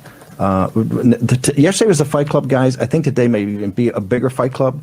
We had Paxton. We're going to have Lindell later, and now we're very honored to have Congressman Marjorie Taylor Greene, MTG. We do. By the way, is it Notorious MTG? Are we there yet? That's what I hear. Yeah, no, it's already okay. I deserve it. You've got a very smart and sophisticated information strategy that you're trying to do that I don't think a lot of people have picked up on. But for our global audience and for people throughout the nation, everybody that I know around here that meets you and talks to you and at that conference said, hey, this is a smart, tough businesswoman. She understands process. She understands how things have to get done. She's action oriented. you quickly just give for our audience that may not know you, just who are you? Well, I'm your everyday American woman, and I'm someone that never wanted to be in politics. I've actually always been disgusted with politics. I've never been the person that went to the GOP meetings. I'm not one of those people that was super engaged, very busy alongside my husband, running our construction company, raising our 3 kids, loving the country that we live in. But what happened to me is, for the first time, when President Trump stepped on the stage in a primary, in the presidential primary, the first time I heard him speak, I recognized that was someone that I could connect to. And I'd never recognized anyone in politics I could connect to. Supported him 100%. Why the connection? What did he say that hit you in the solar plexus? It was his view. He wasn't looking as a politician. He was running for president as an American, as a businessman, which is the part that I strongly connected to, because we own a construction company. And I grew up and my dad running our construction company, and my husband and I bought it after I got out of college. And so I understood easily everything he was saying. America First policies. I've been one of those. I can't comprehend why we ever send our tax dollars to foreign countries. You know, we should be focused solely on home. And then of course his border wall, that was genius. But we got him elected, and then it was the first 2 years under President Trump. I mean, we had every opportunity in the world, and it was Republicans that failed us. We know who the Democrats are. We know what they're all about. We know exactly what they want to do. But when we had a Republican-controlled House, Republican-controlled Senate, and President Trump in the White House with his pen in hand begging them to produce legislation he could sign, they failed. And then we ended up with Nancy Pelosi with her gavel in the hand in 2018. And that launched me. I thought, you know, we're going to lose our country because the Republicans that we're told we're supposed to support, because they will do the right things for us as conservatives, as Americans. No, they're no different than the Democrats. So that's why you're an existential threat to this uniparty apparatus that's in this town, the permanent political class. You're a fighter, smart, tough, and not going to back down. Remember, courage is contagious, and that's what you're seeing with you, that people are getting inspired by what you're doing. I also think you have a very sophisticated way about what you're going. So walk us through, you know, the Washington Post, every day we're hearing that she's gumming up the work, she's slowing things down, she's becoming a pest. All the Republicans are complaining, they're arguing, they're complaining about walking over have-take votes. There's a method to your madness. What are you trying to accomplish by what you're doing today? Well, you see, the media, they have a playbook, and their playbook is so easy. We see what they do. They take someone, then they spin a story that they want to tell about that person, and then they do it over and over. They link the articles in the next article, and they link them and link them and link them, and they. Dear listener, this is important. This is very important. She's outlining the media blueprint. Here we go. Keep producing the same story until they create a character out of someone, and that's what they did with President Trump. So they've done the same thing with me, and they're going to continue to build on it. But what they have not told people is I'm a successful businesswoman. Not only have I run a very, very strong construction company that does business in 11 different states, that means that we start at the very beginning and know how to finish a project. That's a big deal. A lot of people don't know how to finish a project. I've also started another business. It's very difficult to start a small business and be successful. I started it, made it successful, and sold it. So I'm someone that knows how to dig into every part of the process and see it through. And so what I'm doing is, I know the system has to be torn down. Yes. See, politics is a business. It's an industry. Yes. It generates so much money. And it has, idea. a business model and has an internal logic to that model, correct? Exactly. And so the swamp, so to speak, people think it's all about politics, but really what it's all about is it's an industry. It's an economy in itself. And so whether it's Republicans or Democrats, these people are here and they are invested in just. Dear listener, she absolutely knocks it out of the park right here and nails it. She is absolutely correct. DC is an insulated economy unto itself. Here we go. Is keeping this industry running because their livelihood relies on it, and all of their connections and business opportunities, investments are all connected into this big nasty pool, what we call the swamp, but it's really it's an economy. And this is why there's not much fight. That's why when this most radical piece of legislation that comes on in 30 or 40 years, and it's got $1.9 trillion attached to it, you're the only one fighting, and actually to expose it and say, hey, let's take a step back and let's just go through what's in here so people understand, because this bill, unlike even the Equality in HR 1, comes with the money attached to it.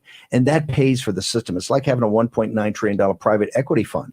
You're paying for the entire system. What are you trying to do in your process over there of stopping these things and having this exposed and going through? What are you trying to specifically accomplish in exposing that business plan? Well, what I'm trying to do is I still have an outsider view of Congress, and Congress is the operation that has us. We're about to be $30 trillion in debt. We are slowly, but now we're quickly tearing down our freedoms, eroding every single part of the American culture, our blanket. It's being just shredded to pieces. It's like America's on fire right now. And so any day we can put Congress to a stop, we are saving the country. And so here's how I look at it. We are living and breathing a woke progressive stream, an aggressive fire hose that's being just poured down our throat. The 1.9 trillion, less than 9% goes to COVID relief, and it's the entire thing is a lie. It's the Democrat wish list. It's their progressive plans, and it's setting the stage. Okay, what people aren't talking about is this is just the beginning. The next one is the infrastructure plan that's coming up. 2 trillion to 4 trillion. Yeah, it's going to be closer to 4 trillion. So that one's coming up. That's the Green New Deal called the infrastructure plan. Yep. Okay. So the news, our conservative media has got to do better. They're sitting here talking about the Royals. Nobody cares about the stupid Royals. What we need to look at is what are the consequences of these deals. And so every Republican in Congress, while they're on their TV media, hit piece or their shows, Fox News and things, and they're messaging on their social media and they're giving their 1-minute speeches on the floor, all of that is garbage. It's complete garbage if you're not willing to follow it up with action. So to me, I'm like, our country's on fire and it's like that meme, you're sitting in there and the little dog. Okay. Yeah, everything's okay. Yeah. Let me ask you a question, because I think that's probably one of the most cogent and concise ways. Now, this is important as well. Dear listener, Raheem Kassam leaps in to the conversation at this point, and he tries to course correct MTG on discounting the Royals. When she said, nobody cares about the stupid Royals, now he comes in to course correct, and he's kind of correct about this. Here we go. I've heard the problem explained. This is an industry town. Yep. The industry is the problem. When you talk about tearing it down, you're not talking about the Constitution. You're not talking about America. You're not talking, but that's how the media portrays you, right? That's what Blue Anon is. It's the conspiracy upon conspiracy upon conspiracy that has now become mainstreamed, right? Now, I disagree with you a little bit on the Royals, but specifically, not just because of my accent, but specifically because of what Markle represents. That's the problem. Nobody cares about what William's saying, on camera this morning. I don't care about that.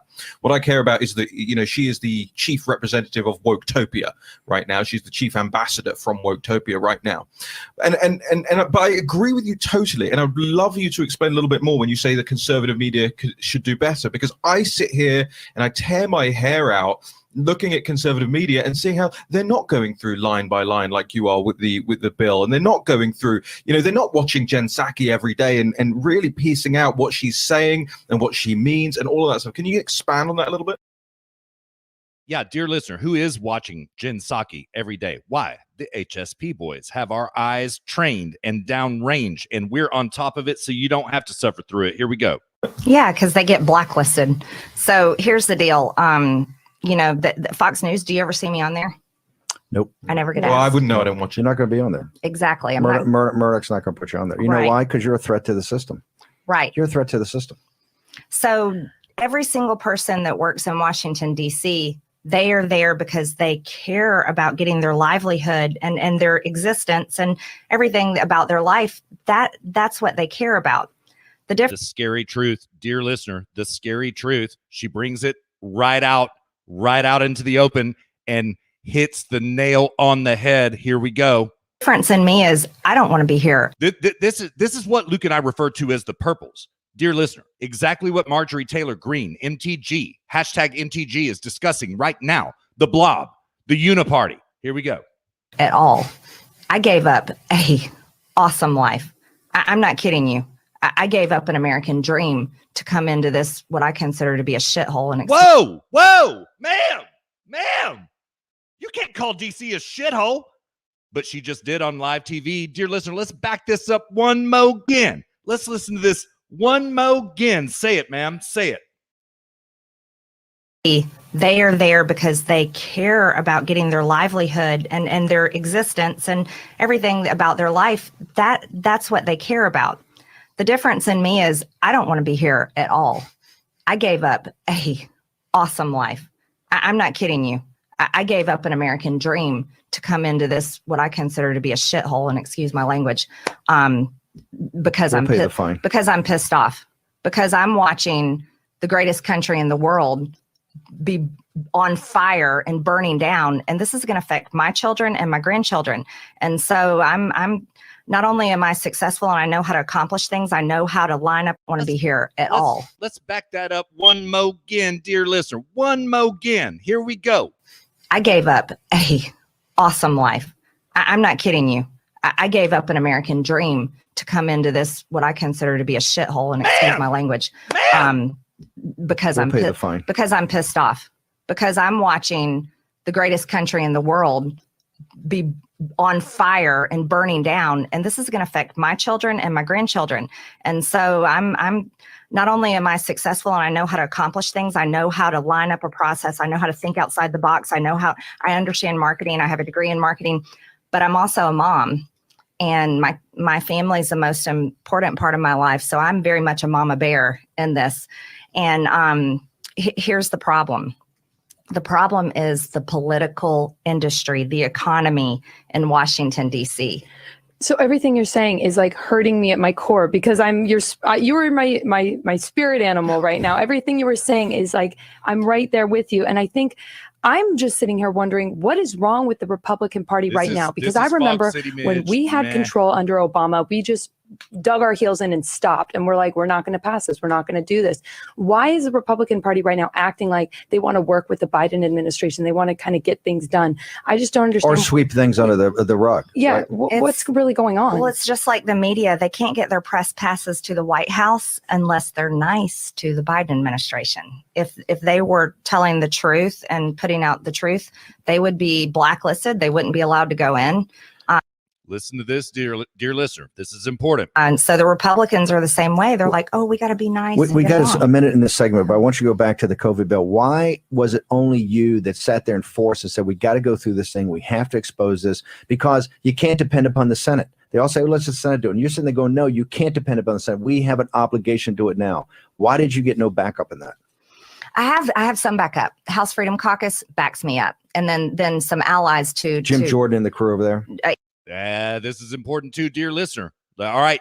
These are the list of our allies, the MTG names right here. Listen and take note. Here we go. Andy Biggs, Scott Perry, Chip Roy. Yeah, that crowd definitely back me up. And then allies to the Freedom Caucus back me up, but they're quiet about it, but they'll vote my way. Here's what it is. So like I said, you have to make a plan and you have to work through it. So in the House, we should be fighting. I mean, we should be locking down the House of Representatives every single way. You want to know what that does? That pushes the messaging out into the media. And then we're able to put out there, here's what's wrong, here's what's wrong. This is why we'll stay up all night long, no matter what it takes to stop it. And then the story gets out there. And you know what that does? That builds the fight in the public, because you need the American people to get engaged and get involved and stop being social media complainers, but to be activists. All right, dear listener, let's back this up one more again, because this is seminal. This is seminal. Let's listen to it one more again. So in the House, we should be fighting. I mean, we should be locking down the House of Representatives every single way. You want to know what that does? That pushes the messaging out into the media. And then we're able to put out there, here's what's wrong, here's what's wrong. This is why we'll stay up all night long, no matter what it takes to stop it. And then the story gets out there. And you know what that does? That builds the fight in the public, because you need the American people to get engaged and get involved and stop being social media complainers, but to be activists. Get Republicans to be activists. Once we push that out there, then guess what happens?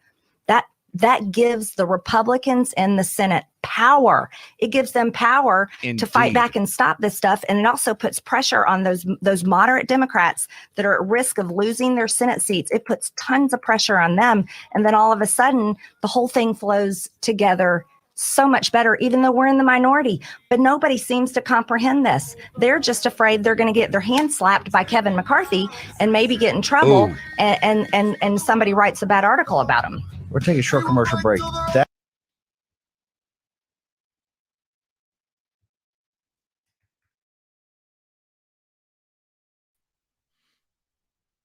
Okay, I guess we are now live. I'm not quite sure. Is that the end of the break or no? Yeah, it is. Okay. All right. Well, before we go on,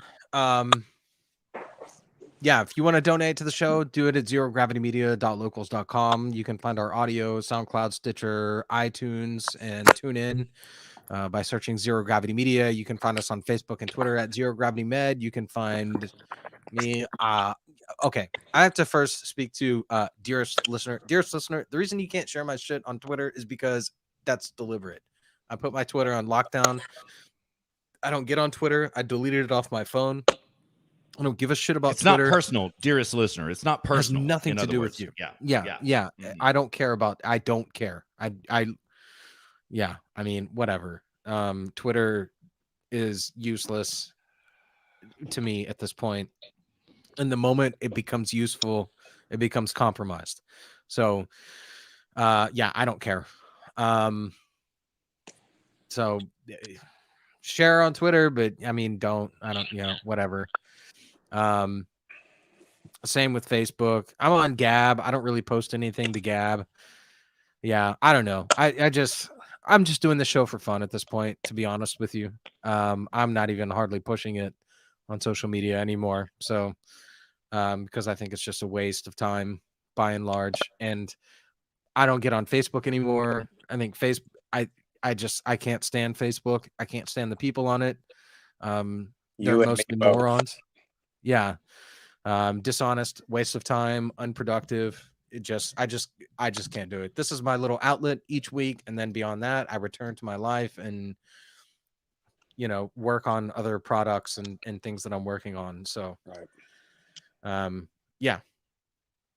Anyways, so where did we leave off at the end of the first segment? We just played MTG. God, you know what? That's ancient history, man. We on the trail now. I don't remember where we left off, but since you mention it about Gab, I want to talk a little bit about Greg Abbott here real quick. Are we cool with that? Yeah, let's do it. Yeah. All right. So, dear listener, Greg Abbott has outlived his expiry date.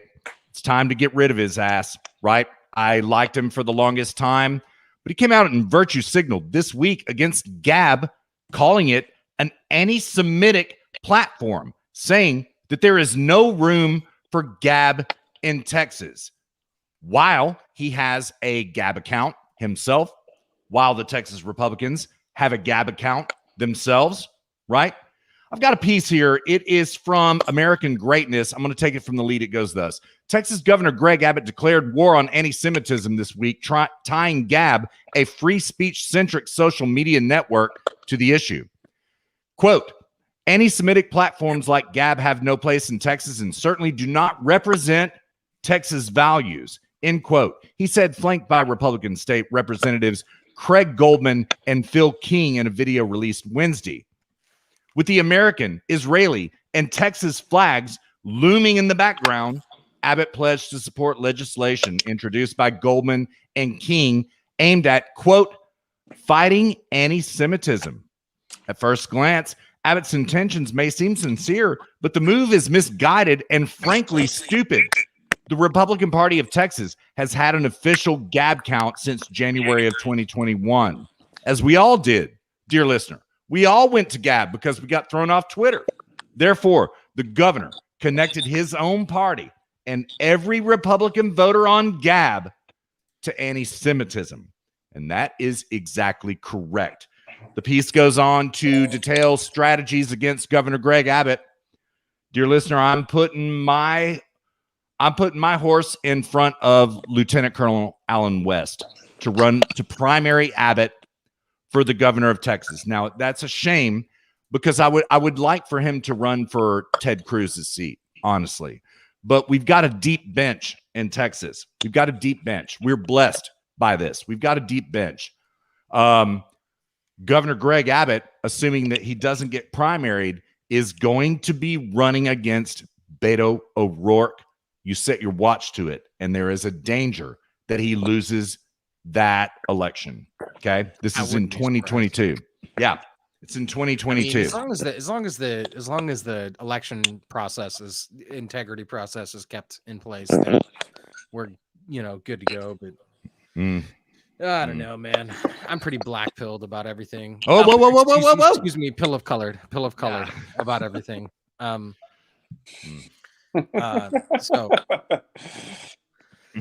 yeah. I mean, the Republicans are virtually useless. So yeah. It's sad, but it's true. Well, dear listener, let's primary Greg Abbott first in 2022, and then let's get Ted Cruz second in 2024. Get him out. Past expiration date. So, yeah. What are your thoughts on Ted Cruz, Adam? Ted Cruz, not gonna lie, I'm a little bit disappointed. I mean, he's just not doing what I wanted to do. I mean, I was hoping he would, really help. Really, honestly, I thought it would help the Trump administration a little bit more than he did. And when he threw Trump under the bus, in fact, he did. He threw him under the bus. Yeah. The guy folded like a deuce before a royal flush. He didn't do anything. And then, I mean, and what was so shocking to me was him among multiple other members of the Republican Party. And it's just like, what is this? I mean, we thought you were looking out for us. We thought you were on the side of Trump. But as soon as you face adversity, especially with what happened on January 6th, all of a sudden they tuck their tails between their legs and run. I mean, that to me was very disappointing. Yeah, this is what when I talk about the Republicans being unserious, this is what I'm talking about. It's like the moment Ted Cruz doesn't have to stand up to anything, he sort of retreats into this little world where he can just be snarky and funny and oh ha ha ha, now I can, now I don't have to be serious anymore. I can just kind of like make little tweets to AOC and get into little Twitter spats and make little snide remarks and it's just unserious. I want to see Republicans approach politics in the same way that the AOCs in the left approach politics, which is that they view it as an existential topic. That what we are facing is something which in nature is existential, and if we don't deal with it now, then our future generations are going to have to deal with it. And we have a moral obligation to deal with this right now, and we have to get serious, and we have to approach it with fervor, with principles, and we have to do it in a fashion which is unwavering and unapologetic. And then the rights over here are going, AOC, but did you know that logic doesn't follow? That's like the extent of their argumentation, and it's like, guys, come on, let's get serious here. I'd like to add a little bit more to that. And what really bothers me is particularly about some of these Republican politicians, including but not limited to Ted Cruz. Don't even get me started on Mitch McConnell. And Cocaine it's Mitch. Yeah, exactly. And what happens is when they see all these Republican politicians cave in, it's almost as if you're discouraging conservative voters from wanting to vote to some degree. It's just like, why are we? Well, that's what voting? happened in Georgia. Case in point, that's exactly what happened in Georgia with And that's kind of scary. I mean, you're yeah. taking people who just like, why should I vote anymore if you're not going to do anything? Yeah. You're not energizing your base. Like when you energize your base, you are doing something. You're saying like, this is existential. This is serious. This is something we are. It's in sales. It's called galvanizing your customer. Yeah. You are taking them as if they are metal and sending electricity through it so as to fundamentally change the surface behavior. And you have to galvanize your voter base. And the way you do that in politics is you send messages of seriousness, of conviction, of principles, of existential problems. We are going to have like fundamentally. I mean, I personally think that like, you know, Corona, this is the first time that anybody's been like, holy shit, something's existential in my lifetime. You know what I mean? Mm-hmm. I think the last time anything was existential was the Vietnam War. You know, we've been in this, you know, era of peace where it's like, you know, back then you were worried about getting drafted. Now you're worrying about, do I have to wear a mask when I go in to get a taco? And that's like now existential. You know what I mean?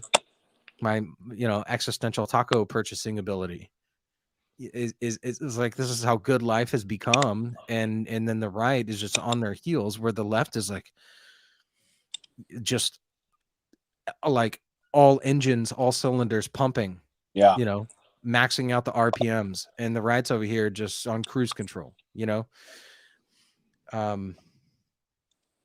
Yeah, they're just not serious. They're not serious. And it's the reason that they're not serious, the reason that they're not galvanizing their voter base. This is a philosophical issue. It goes down to, do they have the moral conviction to stand behind something like capitalism, something like freedom? I would like say individual expands right. beyond moral conviction. I would say a lot of these politicians, both Democrat and Republican, are on the payroll of a lot of these interest groups. And they're like, well, if I stand up to... What did MTG just say in the break? What did she just say? The economy of DC. Yeah. Exactly. So it's just like, well, if I stand up and do the right thing, then I'm going to lose my job. I'm not going to get paid. So I'm just going to look the other direction and just go with the rest of the crowd because I got to get paid.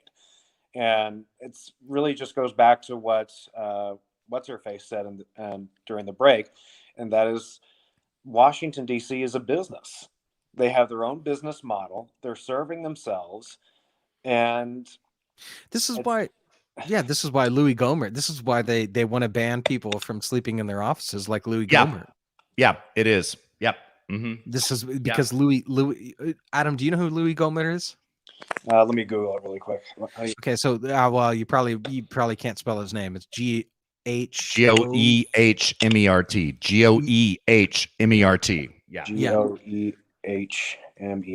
Yeah, so there's a few congressmen who sleep in their offices, and everyone gets pissed off about it. They're like, I can't stand having to, you know, meet with somebody who sleeps in their office. Well, the reason they do is because they're representing their constituency, and they can't afford a fucking apartment in DC. Oh yeah, there was who was the guy from Wisconsin? Was it what's his name? Paul? What's his name?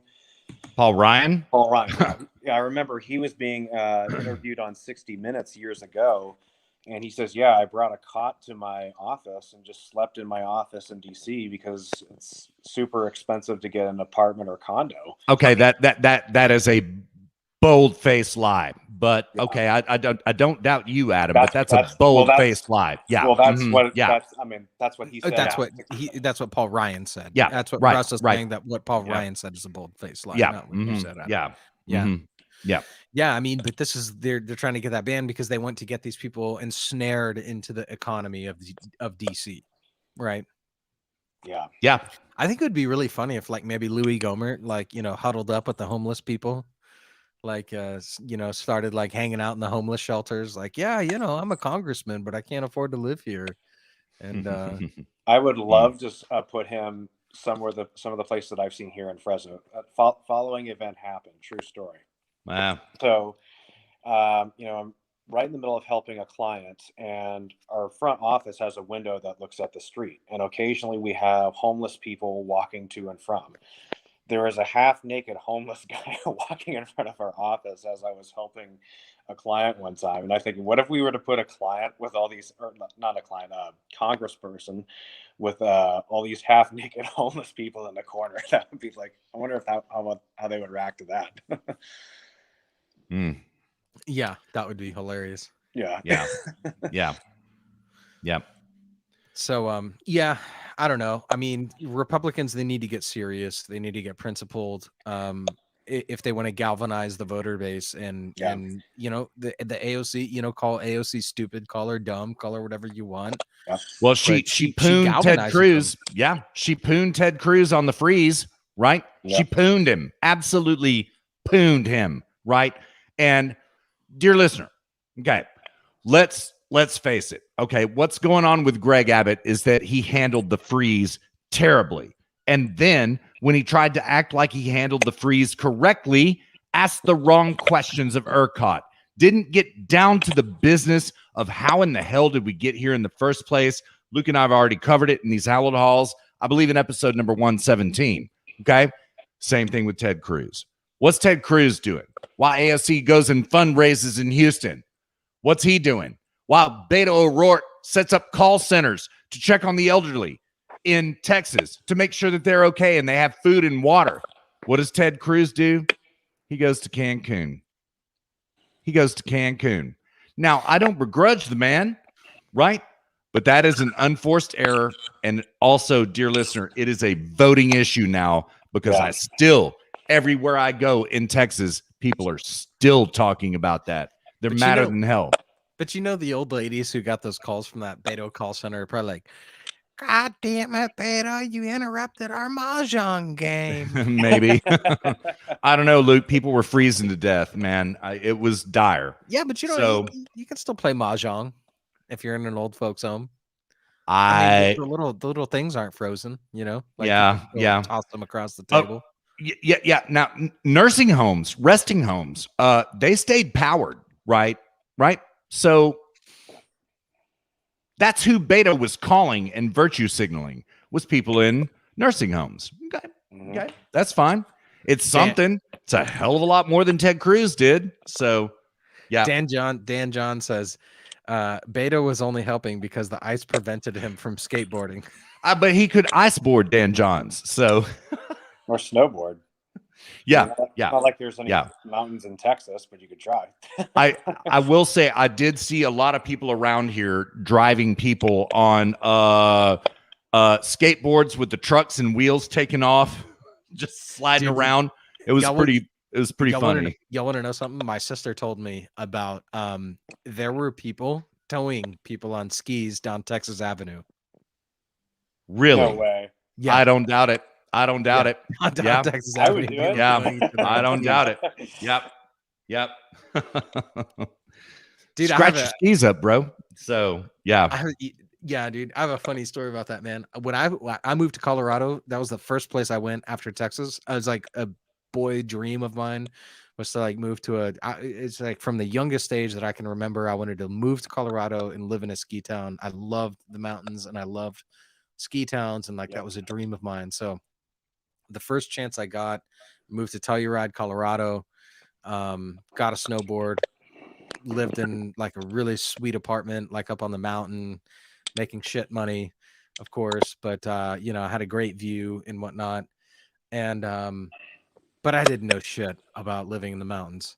And so I drove my Volkswagen Jetta. It was a 2008, I think, Jetta. I drove it up to Telluride. And as I was driving up there, it's like my tires are breaking loose left and right. And I learned. Wait, I'm sorry, Luke. What is this clicking? Adam, is that you? Is that this clicking I keep hearing? Is anybody else hearing it, or is it just me? Yeah, I hear it too. I hear it a little bit of it. I don't know if it's me. Here, let me transition to my laptop here because I'm on a smart. Okay. So okay. Oh, let's wait while Adam transitions. Hang on, let me just.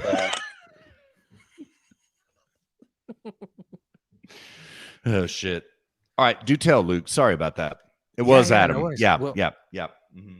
So yeah, dude. I got like super high up in altitude. How's that?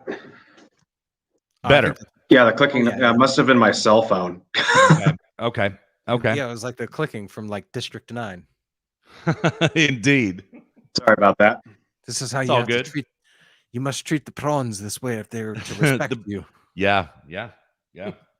In our case, the crawfish. Anyways, so yeah, dude. So yeah, like I got like halfway through the winter, and then someone asked me, they were like, "Do you not have winter tires on your car?" It's like, what the fuck are winter tires? And they're like, they're tires that you need for winter. And I had no idea what winter tires were. Or chains or snow cables. I mean, well, here was the thing. So I went to Walmart in Montrose, which was like kind of a down valley town. And I was like, I'm going to buy chains, but I'm going to try to not use them so that I can return them and get all my money back at the end of the winter. So I kept the receipt. I kept the chains. I just tossed them in my trunk and didn't unpackage them. I made it through the whole winter driving on summer tires from Texas and not using chains and living at 9,500 feet in Colorado. I made it through the whole winter. I learned how to drive. Like I'd go into parking lots and like yank my e-brake and figure out how to slide around corners and control my car in the snow. And it was honestly fucking fun. I'm really good at driving in snow. Well, anyway, I was picking up my friend. I had this friend. She was from the Netherlands, and she was like, "Hey," she didn't have a car.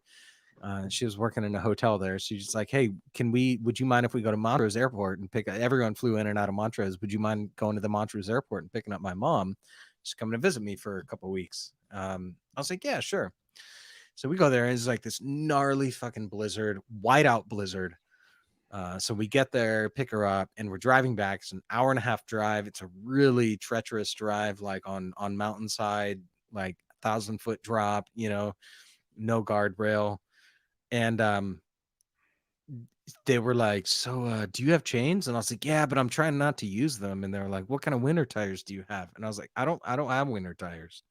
And like right then, they just all like grab the oh shit handles and like paste themselves onto the door sides and just like start holding on for dear life. And it's like 11 p.m. pitch black, whiteout blizzard, and I'm driving on summer tires from Texas. Colorado, holds a special place in my heart. How did we get onto that story, that tangent? I don't remember now. It's been too long. And it was like you had a dream of living in the mountains since you were a kid. Yeah, it was something else before that. Ice prevented him from skateboarding. I don't know, but now Adam ice boarding. Russ was talking about ice boarding, and then somehow you made the transition to Well, no. What distracted me was Adam has transitioned. Transitioned. No. You've transitioned. Now you're a tranny. Yeah. All right. We're in the home stretch. Where do we go next? I don't know, man. Do y'all have any other topics y'all want to talk about? Dan Johns is in your house now. What's up, Dan Johns? Yeah, I've got two. Dear listener, the city of Minneapolis gave $27 million to the family of George Floyd for his death. Right? Heard about that. Yep. This comes on the heels of Minneapolis, also as well as San Francisco, New York, every other liberal stronghold being bailed out. Dear listener, you just gave George Floyd $27 million. We don't know the receipts of this yet, but I guarantee you that's the fact. And one last topic. Did y'all hear about the president? Our president. Did y'all hear about this? No. He pretty much spoiled that Lara Trump is going to run for the Senate. Yeah, she's going to run for the Senate. My bet is in South Carolina, but I don't know. Dear listener, there is going to be a movement afoot coming in 2022. You set your watch to it. And I want to thank Lara, who's been so incredible. He stated before addressing a long swirling rumors that she was considering a run for North Carolina Senate in 2022. My bad. I don't know. You're running for the Senate, right, darling? You're running for the Senate. I hear she's going to run for the Senate, Trump stated as the crowd again erupted into cheers. dear listener, this is important. There are rumors that Ivanka is going to run against Marco Rubio in Florida. This is interesting stuff. We'll stay on it, so you don't Very have interesting. to. Yeah, An army we'll of stay on it. Trumps. Yeah. That's all I got, man. That's all I got. Well, Pepe Le Pew and other things. I mean, I like that. I like it. I do. The one thing I don't like about it is like, how much does that really get us, though? Because these are already very red places. True. North Carolina is swing. You got a good point there. Luke. Yeah. I'd say you just got to aim for the swing states. Like if you like Pennsylvania, Wisconsin, Arizona. I don't know about Nevada. I mean, Nevada's pretty. But here's the thing. Like, this is where I do sympathize with the people where it's like everything's lost. It's all for a lost cause because of the vote system has been compromised, which is that, I mean, aim for the swing states. We had the swing states. Yeah. We had them already. We've already aimed for them. We have them. Yeah. It was on target. Yeah. Bullseye. Target got moved. Sure did. Yep. Sure did. So that's a real problem. And when you have a spineless, useless Republican Party who won't do a goddamn thing about it, doesn't matter if like we get all the Trumps in Florida and all the Trumps in South Carolina and Texas and wherever else, what the subtext of your argument is, Luke, and I agree entirely. We need to go on offense. We need to not be on defense anymore. We need to go on offense. And I agree entirely. Yeah. That in conjunction with getting some new blood in the Republican Party. Because I said earlier, there's a lot of them out there like Mitch McConnell, Ted Cruz, Mitt Romney. A lot of these Republican politicians, they're just career politicians and nothing more. They don't serve the people they claim to represent. They don't do anything. And this is honestly, that contributes how we got here. Why are states waiting to get sued? Why doesn't the right go start suing the fucking shit out of New York, suing the fucking shit out of all these states, bankrupting their asses? You know, they're over here waiting to get sued, waiting to get bankrupted. And instead, Ken Paxton gets sued 13 times by Mark Elias to try to reform Texas election law. That's how it goes right now. We sit on our haunches and nothing happens. I agree, Luke. Yeah. I mean, there's an old saying that goes, the only triumph of evil is for good men to do nothing. And unfortunately, that's exactly what we're seeing. Yeah. I mean, on all honesty, these good Republicans, I'm not even sure if they're good. They're just there for the paycheck. Yeah. Hashtag MTG, as she spelled out in the audio break, dear listener. Yeah, exactly. So, for those who don't know, I'm sharing the screen right now. Mark Elias, this is his Wikipedia page. If you scroll, so he's an American attorney specializing in election. I'm gonna do the Tim Pool thing where I follow along, just in case you can't read. We might ought to do some Bob Ross as well, because we don't want to get sued by this son of a bitch. So there is that. All right. No, I've got it. I think we're good. Think so? I'm just reading his Wikipedia. Okay, fair enough. All right. I mean, it's Wikipedia that go after, not necessarily us, because they want to know where the source is coming from. Well, but I do want to do the Tim Pool thing where you follow along with the mouse cursor, just so in case you're like we're living in idiocracy for maximum retention. Yes. Yes. So he's an American attorney specializing in election law, voting rights, and redistricting. He's a partner at Perkins Coie and dear listener, remember the names. What is Perkins Coie? What is Perkins Coie? Who is Perkins Coie? Why? They were that law firm entirely involved with Spygate that laundered the Steele dossier. Go on, Luke. Sorry to interrupt. Yep. Previously serving as general counsel for the Hillary Clinton 2016 presidential campaign and John Kerry 2004 presidential campaign.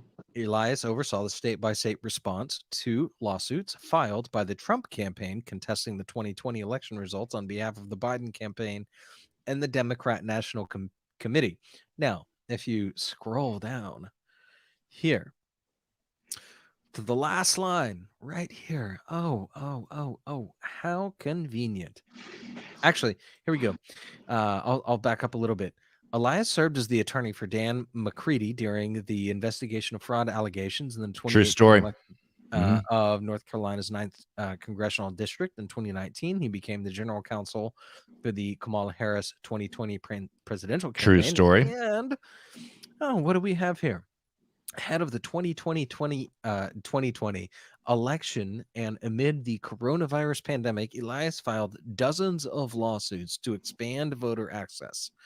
Following the election, Elias also represented Democratic candidate. I hate that. Democrat candidates is what it should be. Anthony Bredinski and Rita Hart in lawsuits concerning their narrow congressional races. Races. But here's the key right here. Filed dozens of lawsuits expanding voter voter access. That makes me wonder. What that means is no signature verification. Yep. No IDs, nothing. He sued Texas 12 times. One state sued them 12 times. I thought it was 13, but it could be 12. It's 12. Yeah. It's 12 times. He sued states that he even knew he wasn't going to win. The Democrats were just pouring money into this, suing every state to destroy the election integrity. It's like they have an endless budget for lawsuits. So they do. Yeah, it's lawfare. It's lawfare. In the words of Sundance, I didn't coin that term, by the way, dear listener. I don't take credit for it. It's lawfare. It's legal lawfare. And meanwhile, Ted Cruz is over here on Twitter. I pwned you. On my logic and reason. Yeah. You know, and, well, and the left is like, yeah, I don't give a fuck about that. I'm going to sue your ass. Yeah. I'm going to sue you and destroy your election integrity. Yeah. Bye. And to Adam's point about the swing states earlier. Okay, Wisconsin, Pennsylvania, Georgia, Arizona, Nevada. What's the other one I'm missing, Luke? There's another one. Georgia used to be. Well, that used to be conservative. Now it's. Unholy deals were made Michigan. With Michigan. That's it. Yeah. Unholy deals were made between Mark Elias and Secretary of State's, thus subverting state election law, which is mandated by the Constitution. Texas did have standing in their lawsuit, which was thrown out by the Supreme Court, right? One by one, they were taken down in exactly the process that Luke just highlighted in that Wikipedia article. So, yeah. So what the Republicans should have been doing during that time is when, for example, in Georgia, when they made that deal with Mark Elias, they should have sued the shit out of the state, out of Georgia. Yeah. Absolutely. And said, by what right do you have to do this? And they started launching counter lawsuits. Absolutely. Yeah. And in fact, they should have done even more than that and started filing lawsuits against every state to say we want ID. It's not just that. It's not just lawsuits involved. In my judgment, if anybody has the audacity to interfere with a country's election, you bet people should go to prison for that. Yeah. I mean, that's terrible. You're undermining the people you represent, and you're simply taking advantage of an entire country. Yeah, totally. I mean, the idea that like China interfered with our elections, which they did. They did. Yeah. Yeah. Like, oh, dude, don't get me started. Oh, I hear you, brother. I hear you. They are playing Joe Biden like a violin. Yeah, no, he's bought and paid for, man. They're not playing him. They don't have to play him. Well, they're using him, to say the least. Yeah. Yeah. All right. Dear listener, on the dismount, on the way out, there are 2 articles that you need to read on law and liberty. I just posted them in the chat. Go read them. They're long. They're worth your time. It is about comparing the establishment of the Weather Underground to today's politics. Go read them. Okay. We didn't have time for it on HSP today, and we covered plenty already. Dear listener, believe me, go read those 2 articles. The second one you need to read first. The first one in the chat you need to read second. Okay. The first article I posted is a reaction to the second article I posted. Go read them. They are very informative. Blew my mind. I'll just put it that way. So, yeah. All right, dude. Was that do it for the show? Does anybody else have anything? Yeah, I'm I'd like to say something. So before we close out, Luke and Russ, I just want to thank you guys so much for allowing me to be on your show. It's a honor, privilege to be part of Zero You Gravity. bet, brother. Really It's good enjoy to your see you. Yeah, it's so good to see you, man. You bet. And sorry about earlier Anytime. running errands and such. I just have oh shoot, I'm going on. It's all good, man. No worries. No worries. Yeah, yeah. And you bet, glad brother. to have you on, dude. Yeah, I'm glad absolutely. to see you're doing well, man. Yeah, it's good. Glad to hear you guys are doing well too. Yeah. All right, Russ, you wanna do one of our? Well, let me do my socials, and then we'll do one of our epic Russ closeouts. So before we close out, if you want to support the show, go to zerogravitymedia.locals.com. You can find all of our audio on iTunes, Stitcher, SoundCloud, not Podbean, but TuneIn. You can find everything we do on Facebook and Twitter at Zero Gravity Med. Or you can find us on those socials there. You can find everything that we do at zero-gravity-media.com. And if you have feedback, send it to contact at zero-gravity-media.com. that is exactly correct. That is exactly correct. One last hit before we get up out of here. Dearest listener messages me, nice shirt. Well, dear listener, this is a gift from dearest listener. No wonder she likes the shirt. Thank you so much, dearest listener. I do love this shirt. I do love this shirt. So I'm glad you noticed. I wore it for you, dearest listener. I wore it for you. I actually saw it earlier, and I was like, I was thinking it's a cool shirt. I like it. Yeah, it's a bitchin' ass shirt. Yeah. Yeah, dude, I saw it earlier. I was like, that's a dope shirt. Yeah. Thank you. Thank you. Thank you. Yeah. And thank you, dearest listener. All right. Y'all ready to ride? Let's do it. All right, dear listener, we're going to pitch camp. We're going to enjoy each other's company. We have just made it all the way down this 119-mile trek. Thank you so much for riding along with us. We hope you had as much fun as Luke and I did. Luke and I will be back at you on time and under budget next week for episode number 120. You set your watch to it, and you believe that. Meanwhile, dear listener, be well. Be good to each other. Take care of each other, right? Let Luke and I take care of you. And we will see you next week. You believe that? Luke and Adam, you take care of yourselves, brothers. Y'all be well. Y'all do the same. All right, you too, man. Be in touch. Late.